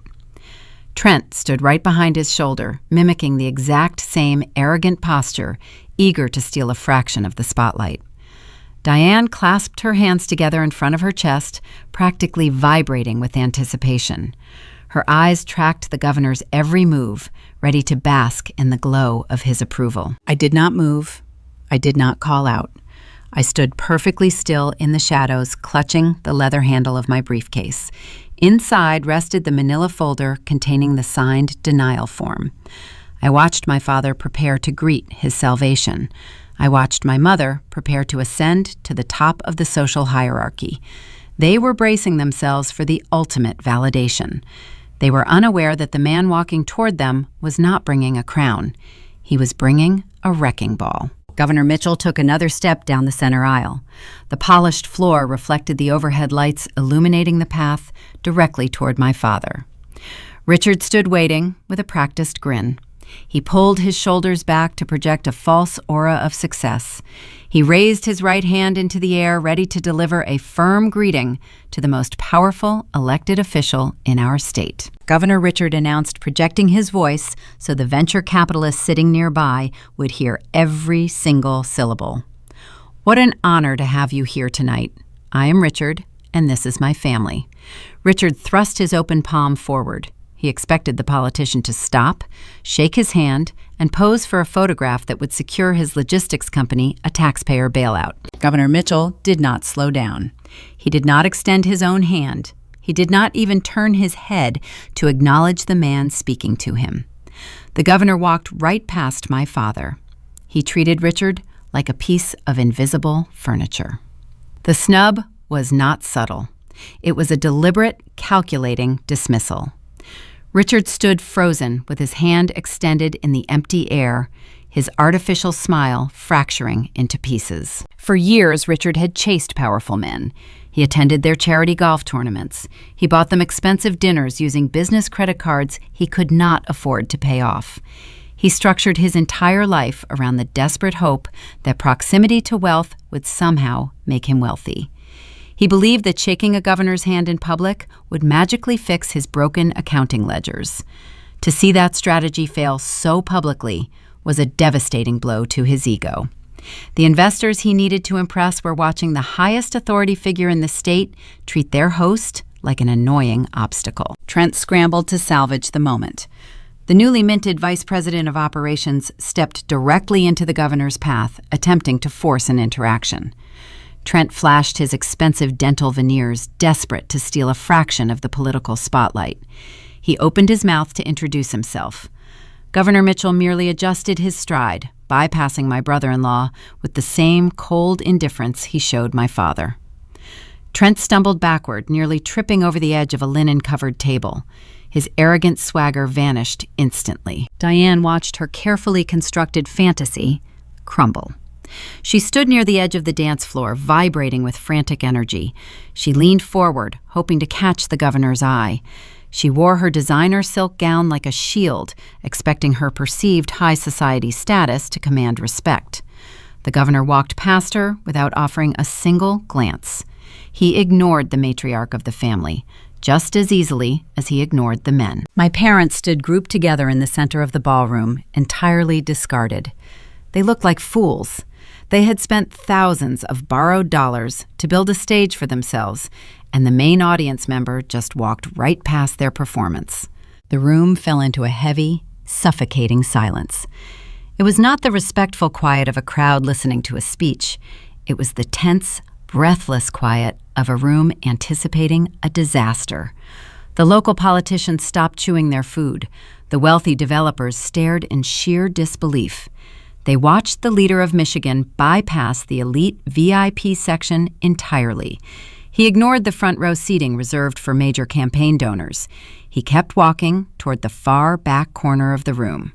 He headed straight for the dim hallway located near the public restrooms. I stood beside the wobbly wooden vendor table. I kept my posture tall, holding my leather briefcase securely by my side. I watched my boss approach. Governor Mitchell stopped directly in front of me. The security detail fanned out behind him, forming a protective barrier between our quiet corner and the stunned crowd of party guests. The silence in the Bloomfield Hills Country Club became total. You could hear the ice cubes melting inside the abandoned cocktail glasses. You could hear the faint hum of the industrial refrigerator running in the catering kitchen behind me. My mother turned around. Her mouth fell open. Her jaw practically unhinged as she stared at the back of the room. She could not comprehend why the most important man in the state was standing mere inches from the daughter she just banished. Richard slowly rotated on his heels, his face drained of all remaining color. His eyes darted from the governor to me, profound confusion twisting his features. Governor Mitchell looked at me. His expression was initially warm, a professional greeting ready on his lips. Then the ambient lighting from the hallway caught the side of my face. He noticed the bright red handprint blooming across my left cheekbone. He saw the distinct raised welts where Diane had dug her manicured nails into my skin just minutes prior. The governor was a man who spent decades navigating ruthless political campaigns and cutthroat legislative battles. He knew how to read a room. He recognized the signs of a recent physical altercation. The red handprint was a glaring testament to the reality of my family. They spent thousands of dollars to construct a pristine image. They bought silk gowns and velvet tuxedos. They rented crystal chandeliers and hired string quartets. But beneath the expensive veneer, they were vicious and uncontrolled. The governor saw through the expensive facade in one single glance. He saw the brutality they tried to hide behind a floral arrangement. His friendly demeanor vanished. A wave of cold, terrifying authority settled over his face. He narrowed his eyes, examining the injury on my cheek. He did not ask what happened right away. He let the severity of the situation sink in. He turned his head slightly, casting a harsh, judgmental glare back toward my parents standing in the middle of the dance floor. Richard physically flinched under the weight of that look. The governor turned his attention back to me. "Elise," he said. He spoke my name aloud. He did not whisper. His deep, baritone voice carried effortlessly across the silent ballroom. He said my name with profound respect, utilizing the tone a leader uses when addressing a trusted senior advisor. Hearing him say my name in that environment felt like a seismic shift. For 28 years, my family used my name as a weapon, a punchline, or a disappointment. Now it echoed through the country club as a declaration of undeniable power. "My security detail ran your plates when we arrived," Governor Mitchell continued, his voice ringing clear through the heavy quiet. "They informed me you were parked in the dirt lot behind the maintenance sheds. I assumed there was a logistical error. Now I find you standing in the dark, shoved next to the audio equipment." When the governor mentioned the maintenance sheds, I felt a strange sense of vindication. Diane had designed that half-mile walk through the freezing mud to break my spirit. She wanted me to arrive shivering and dirty, hoping the physical discomfort would keep me silent and compliant. She thought her cruel logistics would remain a private family secret. She never imagined that the security detail for the state capitol would review the parking arrangements. She never considered that her petty attempt to humiliate me would be exposed on a microphone in front of her most important peers. The very trap she set for me had snapped shut on her own ankle. He gestured toward the plastic water cups and the spare camera lenses resting on my wobbly table. He looked at the event photographer, who quickly lowered his gaze in quiet deference. "Why are you sitting in the back?" Elise, the governor asked. The question hung in the air, demanding an answer. He did not ask it for his own benefit. He asked it because he wanted the wealthy investors and local politicians to hear the response. He wanted to drag my family's hidden cruelty out into the harsh, unforgiving light. I looked past his shoulder. I locked eyes with my mother. Diane stood frozen on the dance floor. Her chest rose and fell in rapid, panicked breaths. The manic joy she displayed moments ago was gone, replaced by a deep, suffocating terror. She finally realized the daughter she treated like a peasant possessed a direct line to the man who controlled her husband's destiny. The carefully constructed lie she sold to her country club friends was unraveling in real time. I did not break eye contact with Diane. I let her see the utter lack of fear in my expression. I let her feel the weight of her own actions crashing down around her. "I was just leaving, sir," I replied. My voice was steady and crisp. I did not stutter. I did not sound like a victim. I sounded like an executive reporting a minor, unpleasant fact. I kept my tone devoid of any sadness. I delivered the words with clinical precision. "I was told I do not fit the aesthetic tonight," I added. I delivered her exact insult back to her, broadcasting it to the entire room. The venture capitalists sitting at the VIP tables shifted uncomfortably in their seats. The creditors Richard owed money to began whispering frantically to one another, sensing a catastrophic collapse in leadership. The elite socialites stared at Diane, their expressions shifting from polite curiosity to open judgment. My father reached up and grabbed the edge of a dining table to steady himself. His knees buckled slightly. The reality of my position was finally piercing his arrogant delusion. He had just ordered the chief director of infrastructure to leave his party through the kitchen. He had just thrown away the single person who held the power to save his shipping firm. The governor absorbed my answer. His jaw tightened. The anger radiating from him was palpable, yet entirely controlled. It was a professional fury, the kind that ends careers and dismantles companies with a single signature. He understood exactly what kind of people he was dealing with. He recognized the abuse, the exclusion, and the profound disrespect my parents had inflicted upon a key member of his administration. He did not need to yell to command the room. His presence alone was a weapon. He turned his body, slowly pivoting away from the vendor table. He faced the center of the dance floor. He locked his cold, uncompromising eyes directly on Diane. The woman who had spent her entire life trying to climb the social ladder was about to be thrown off it entirely.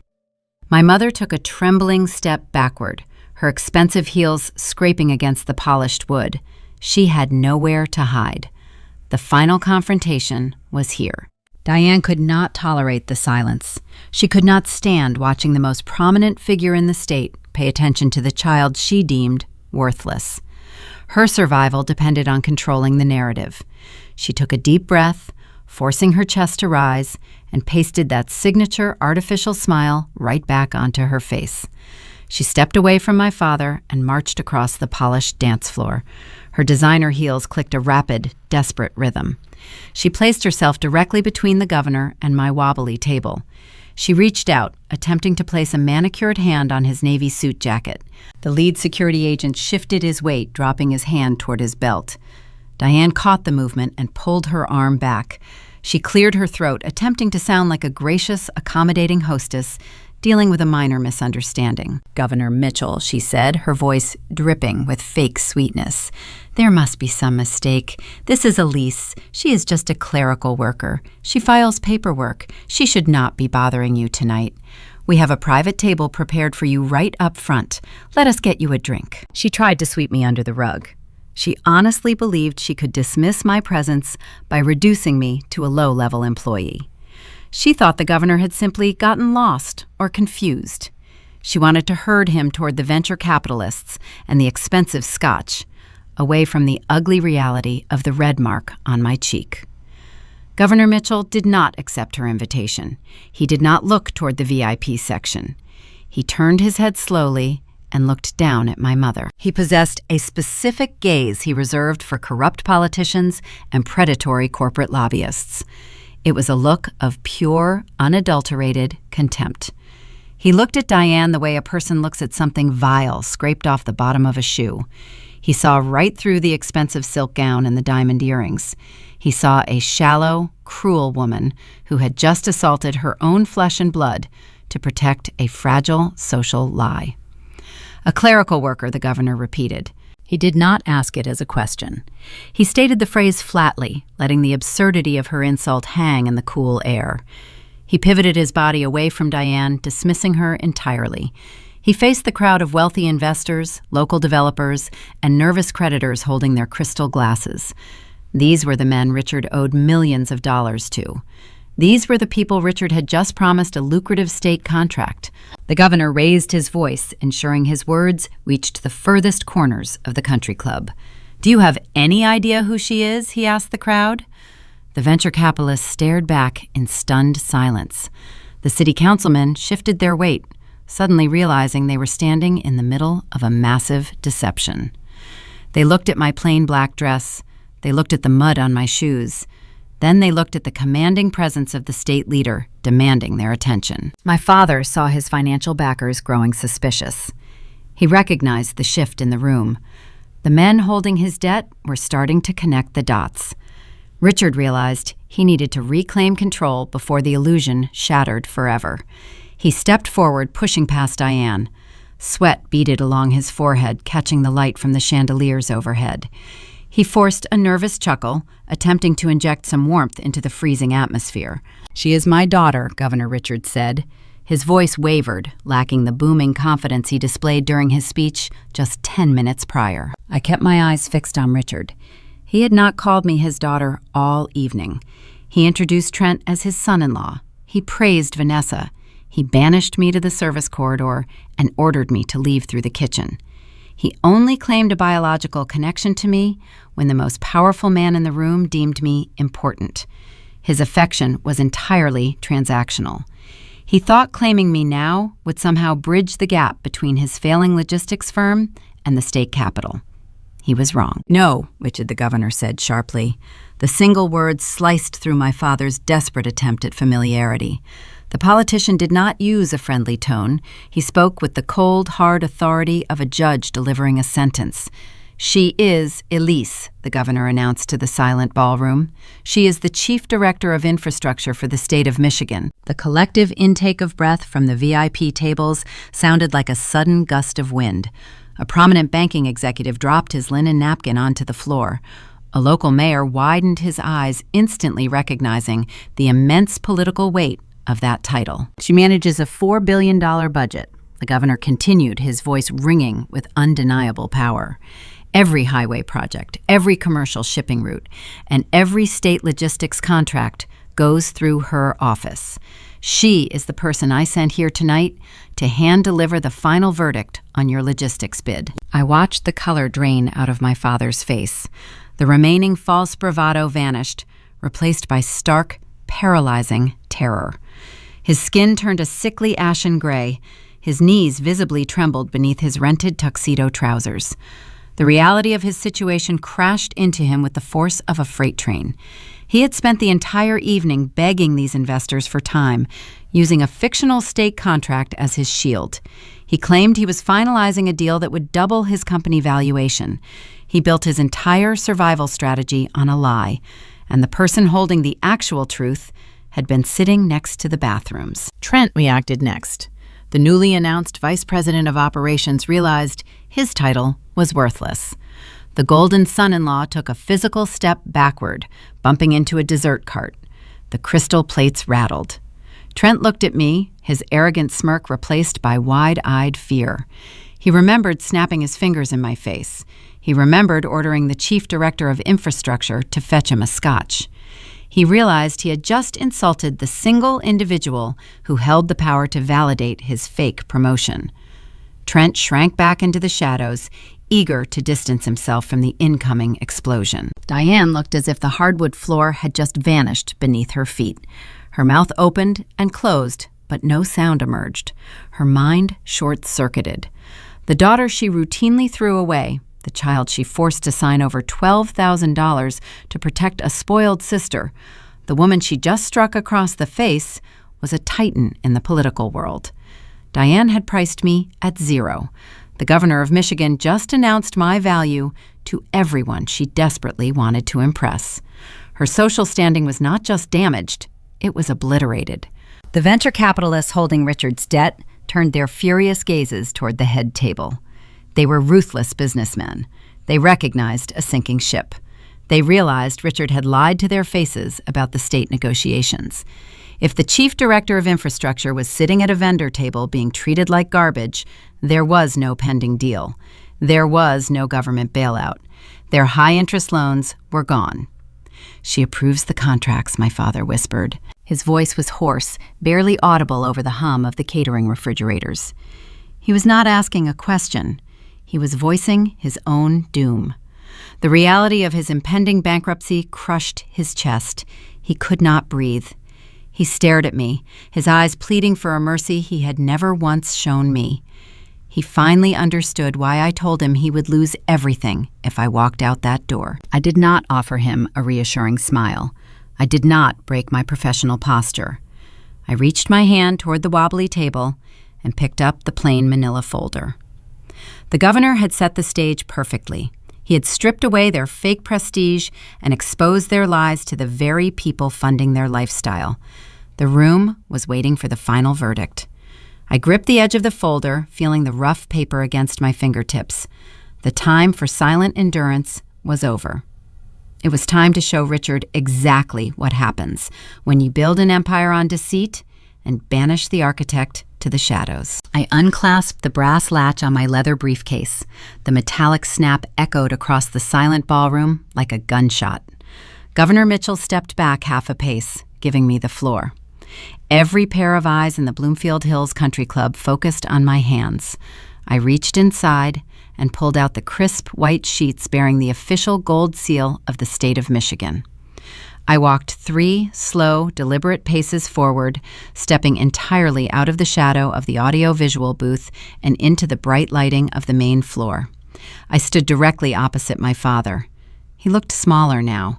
His expensive tailored tuxedo seemed to hang loosely on his trembling frame.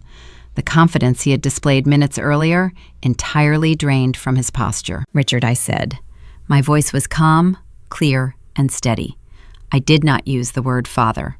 I stripped away every title that implied intimacy or family connection. I spoke with the exact clinical detachment I used when addressing contractor fraud during state legislative hearings. Your shipping firm submitted an application for the $40 million state infrastructure contract. As Chief Director of Infrastructure, it was my legal duty to review your company financials, your fleet maintenance records, and your operational history. I did not raise my tone. I did not need to shout. The numbers spoke with absolute authority. Your company failed the state compliance audit on 3 distinct levels, I announced, ensuring every politician and investor in the room heard each word. First, you concealed significant private debt. You took out high-interest secondary loans against your commercial warehouses while falsely claiming to government auditors that those properties were clear of encumbrances. Second, you engaged in improper asset transfers and payroll inflation. You placed your son-in-law, Trent, on the corporate payroll at $150,000 a year as a logistics consultant, despite him possessing 0 industry qualifications, and you billed the firm for his personal resort travel. I looked directly at Trent, who stood frozen near the dessert cart, his face draining of color. Third, I continued turning my eyes back to my father. Your operational capital is severely depleted. You systematically underfunded your employee pension accounts to maintain an artificial illusion of solvency, while spending thousands of dollars on luxury country club events to deceive prospective investors. You lied to the state of Michigan. You lied to the banks, and you lied to every person sitting at these tables tonight. I stepped up to the nearest dining table where 3 major venture capitalists sat, surrounded by dirty dessert plates and half-empty wine glasses. I laid the official state document flat on the white tablecloth directly in front of the primary lender Richard had been trying to impress all evening. Across the top page, stamped in bold crimson ink, was a single word: denied. The $40 million state contract is officially revoked, I declared, my voice carrying effortlessly across the silent venue. Furthermore, due to severe accounting irregularities and fraudulent disclosures on your application, Richard Logistics is officially debarred. You are disqualified from submitting bids on any state infrastructure projects for the next 10 years. The reaction was immediate and brutal. The primary lender stared at the crimson stamp on the paper. He did not look at my father. He did not ask for an explanation. He picked up his leather coat from the back of his chair, stood up, and slid his wallet into his jacket pocket. He looked at the 2 associates sitting beside him and gave a brief, sharp nod. They knew a sinking ship when they saw one. Without saying a single word to Richard, all three men turned their backs and walked briskly toward the main exit. A wave of movement swept through the VIP section. The local developers who had clapped so enthusiastically during my father's birthday speech suddenly looked terrified. They realized the state bailout was a fiction. They recognized that the personal loans they had guaranteed were now unrecoverable. Another group of investors stood up, their faces dark with anger. One man reached out and snatched his business card off the table, right in front of my mother. They gathered their wives, grabbed their coats, and headed for the doors. The polished dance floor became a corridor of fleeing financial backers, all desperate to distance themselves from a public corporate collapse. Trent stood near the dessert cart watching his golden ticket dissolve into thin air. He looked at the fleeing investors. He looked at the crimson stamp on the paper. Then he looked at my sister, Vanessa. He realized the vice president title was a hollow badge attached to millions of dollars in corporate debt. He realized there was no trust fund, no state payout, and no luxury lifestyle waiting for him. The arrogance that had defined him all evening vanished. He did not offer Vanessa a comforting word. He did not take her hand. He stepped backward, slipped past a group of fleeing city councilmen, and ran toward the main foyer, abandoning his wife on the ballroom floor. Vanessa watched her husband flee. Her jaw dropped in utter shock. She looked at her emerald green silk dress, the custom gown that had cost thousands of dollars, and realized it was purchased on a credit card that would bounce by Monday morning. She called out Trent's name, her voice shrill and desperate, but he did not turn around. He pushed through the heavy oak doors and disappeared into the cold night.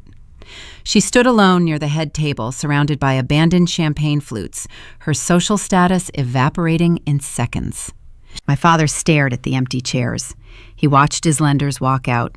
He listened to the quiet murmurs of the remaining guests who were taking out their mobile phones to record his ruin.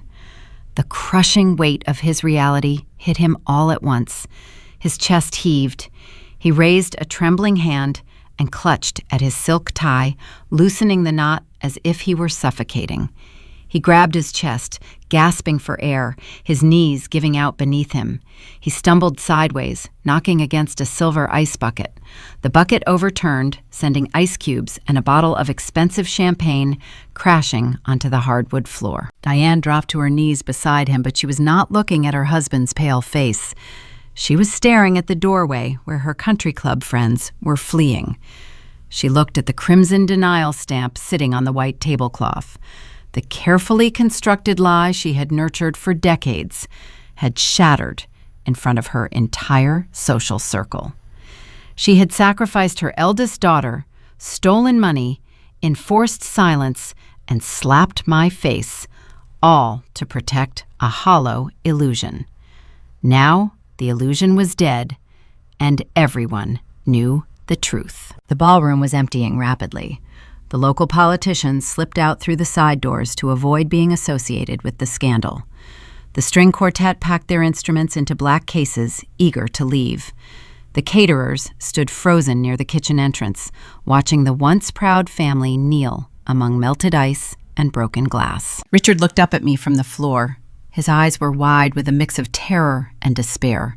He opened his mouth trying to speak, trying to find one final lie or excuse to mend the damage. But there were no words left. The paper on the table said everything that needed to be said. I stood tall beside Governor Mitchell, holding my briefcase securely.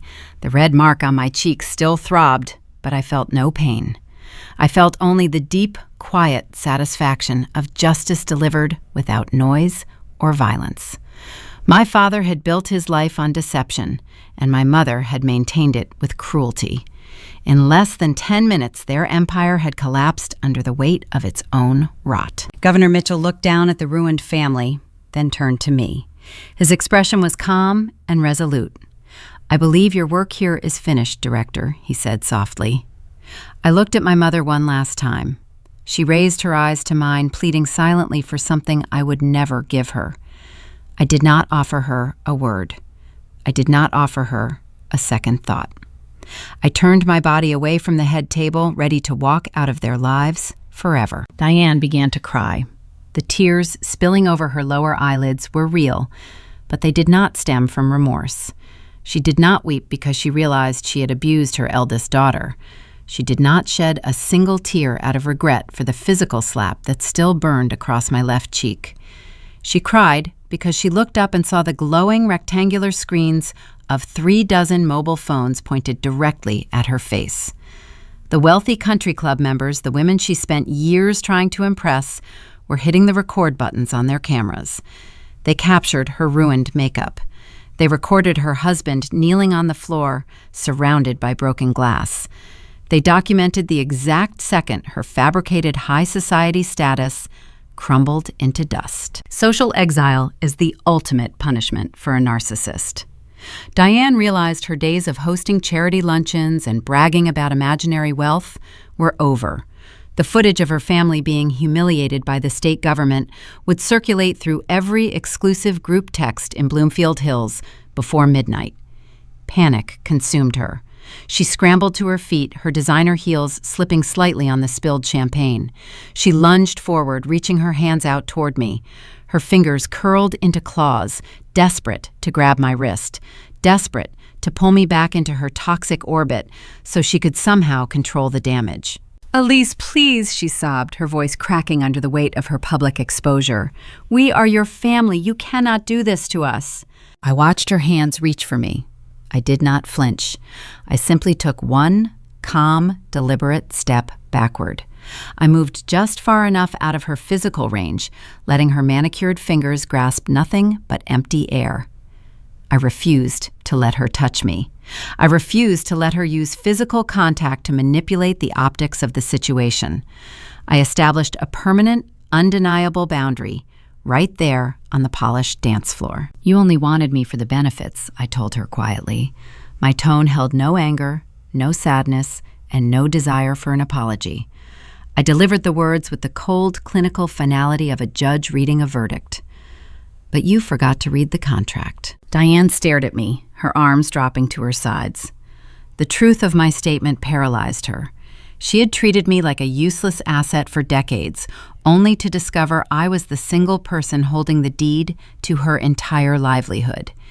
She traded genuine family connection for the illusion of prestige, and now she found herself holding neither. Governor Mitchell stepped forward, placing a firm, reassuring hand on my right shoulder. The gesture was highly visible to everyone in the room. It was a silent, powerful signal to the remaining investors and politicians that I carried the full protection and authority of his office.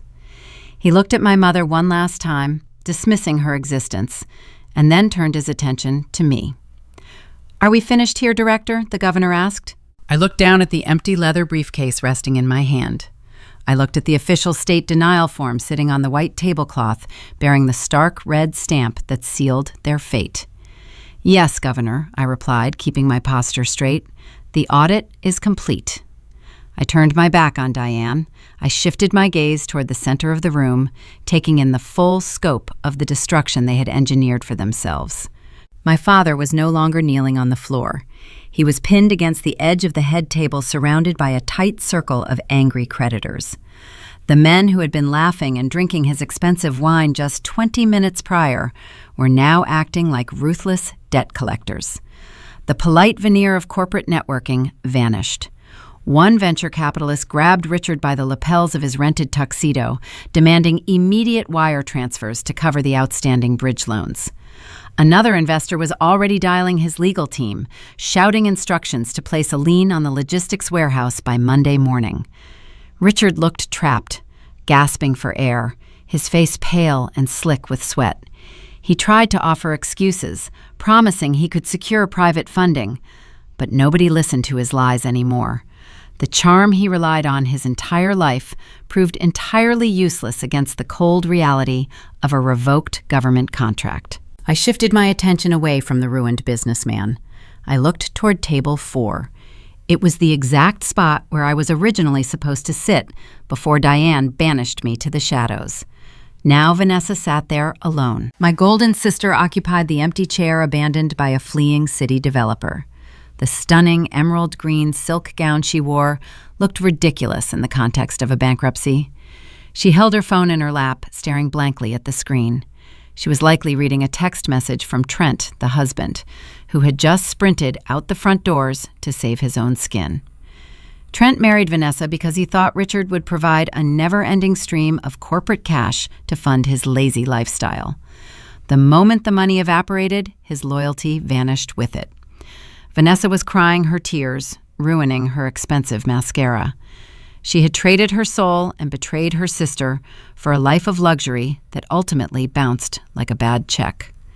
She sat in the wreckage of her own entitlement, realizing she possessed no actual skills, no real friends, and no husband. I did not feel a single shred of pity for any of them. I did not walk over to comfort my sister. I did not intervene to save my father from the angry lenders. I let them drown in the deep water they had spent years filling. I tightened my grip on the handle of my briefcase.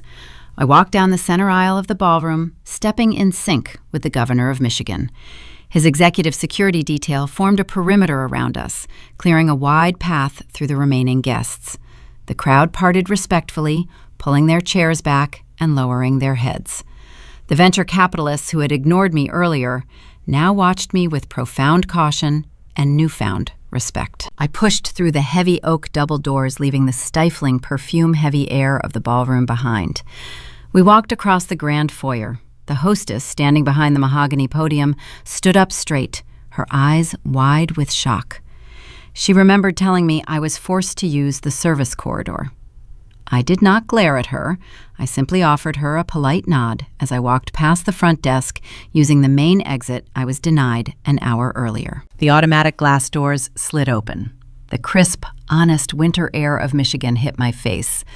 The cold wind felt incredible against the lingering heat on my cheek. The governor's motorcade sat idling under the bright lights of the portico. 2 black SUVs waited with their engines running. A state trooper stepped forward and informed me that my sedan had been retrieved from the mudlot and brought to the front entrance. I thanked the officer and turned to the governor. We exchanged a brief professional nod. No further words were required. The business of the state was handled. I climbed into the driver's seat of my practical, reliable car, started the engine, and drove down the winding, tree-lined path of the country club, leaving the chaos in my rearview mirror. The aftermath arrived faster than my family could possibly anticipate. When the state portal updated on Monday morning at 8 o'clock, the denial of Richard Logistics became public record.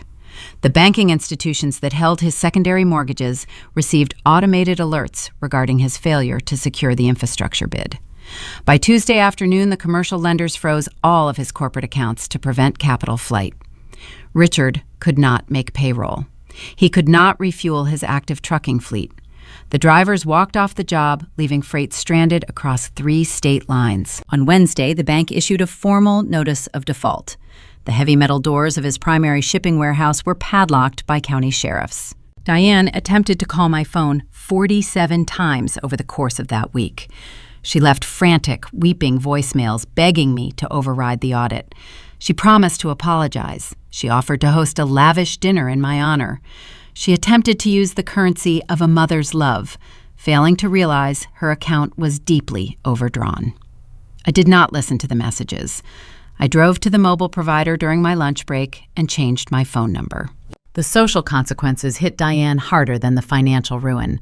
The Bloomfield Hills Country Club revoked their membership due to outstanding monthly dues.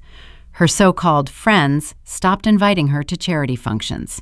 She became a cautionary tale whispered about over expensive tennis matches. Trent filed for an annulment before the month ended, eager to distance his family name from the sinking ship. Vanessa was forced to pack her designer clothes into cardboard boxes and move into a cramped, noisy apartment complex on the outskirts of the city. She had to apply for entry-level retail jobs, facing hiring managers who did not care about her emerald green gowns or her country club pedigree. They got exactly what they earned. They built a house out of deceit fueled by cruelty and maintained by stepping on the people they deemed beneath them. I simply removed the foundation and let gravity do the rest. If someone in your life treats you like a stepping stone, let them. If they hide you in the shadows because you do not fit their shallow aesthetic, stay in the shadows. Do not argue, Do not scream. Build your power in the quiet spaces. Gather your resources, know your worth, and wait for the exact right moment to show them the math. You do not have to fight for a seat at a toxic table when you hold the power to repossess the entire dining room. I am 28 years old. I sit at the head of a state infrastructure department. I control a multi-billion-dollar budget that shapes the future of this region. I own my home, I pay my own bills, and I sleep with a clear conscience. And looking at the long, quiet years stretching out ahead of me, my schedule is clear.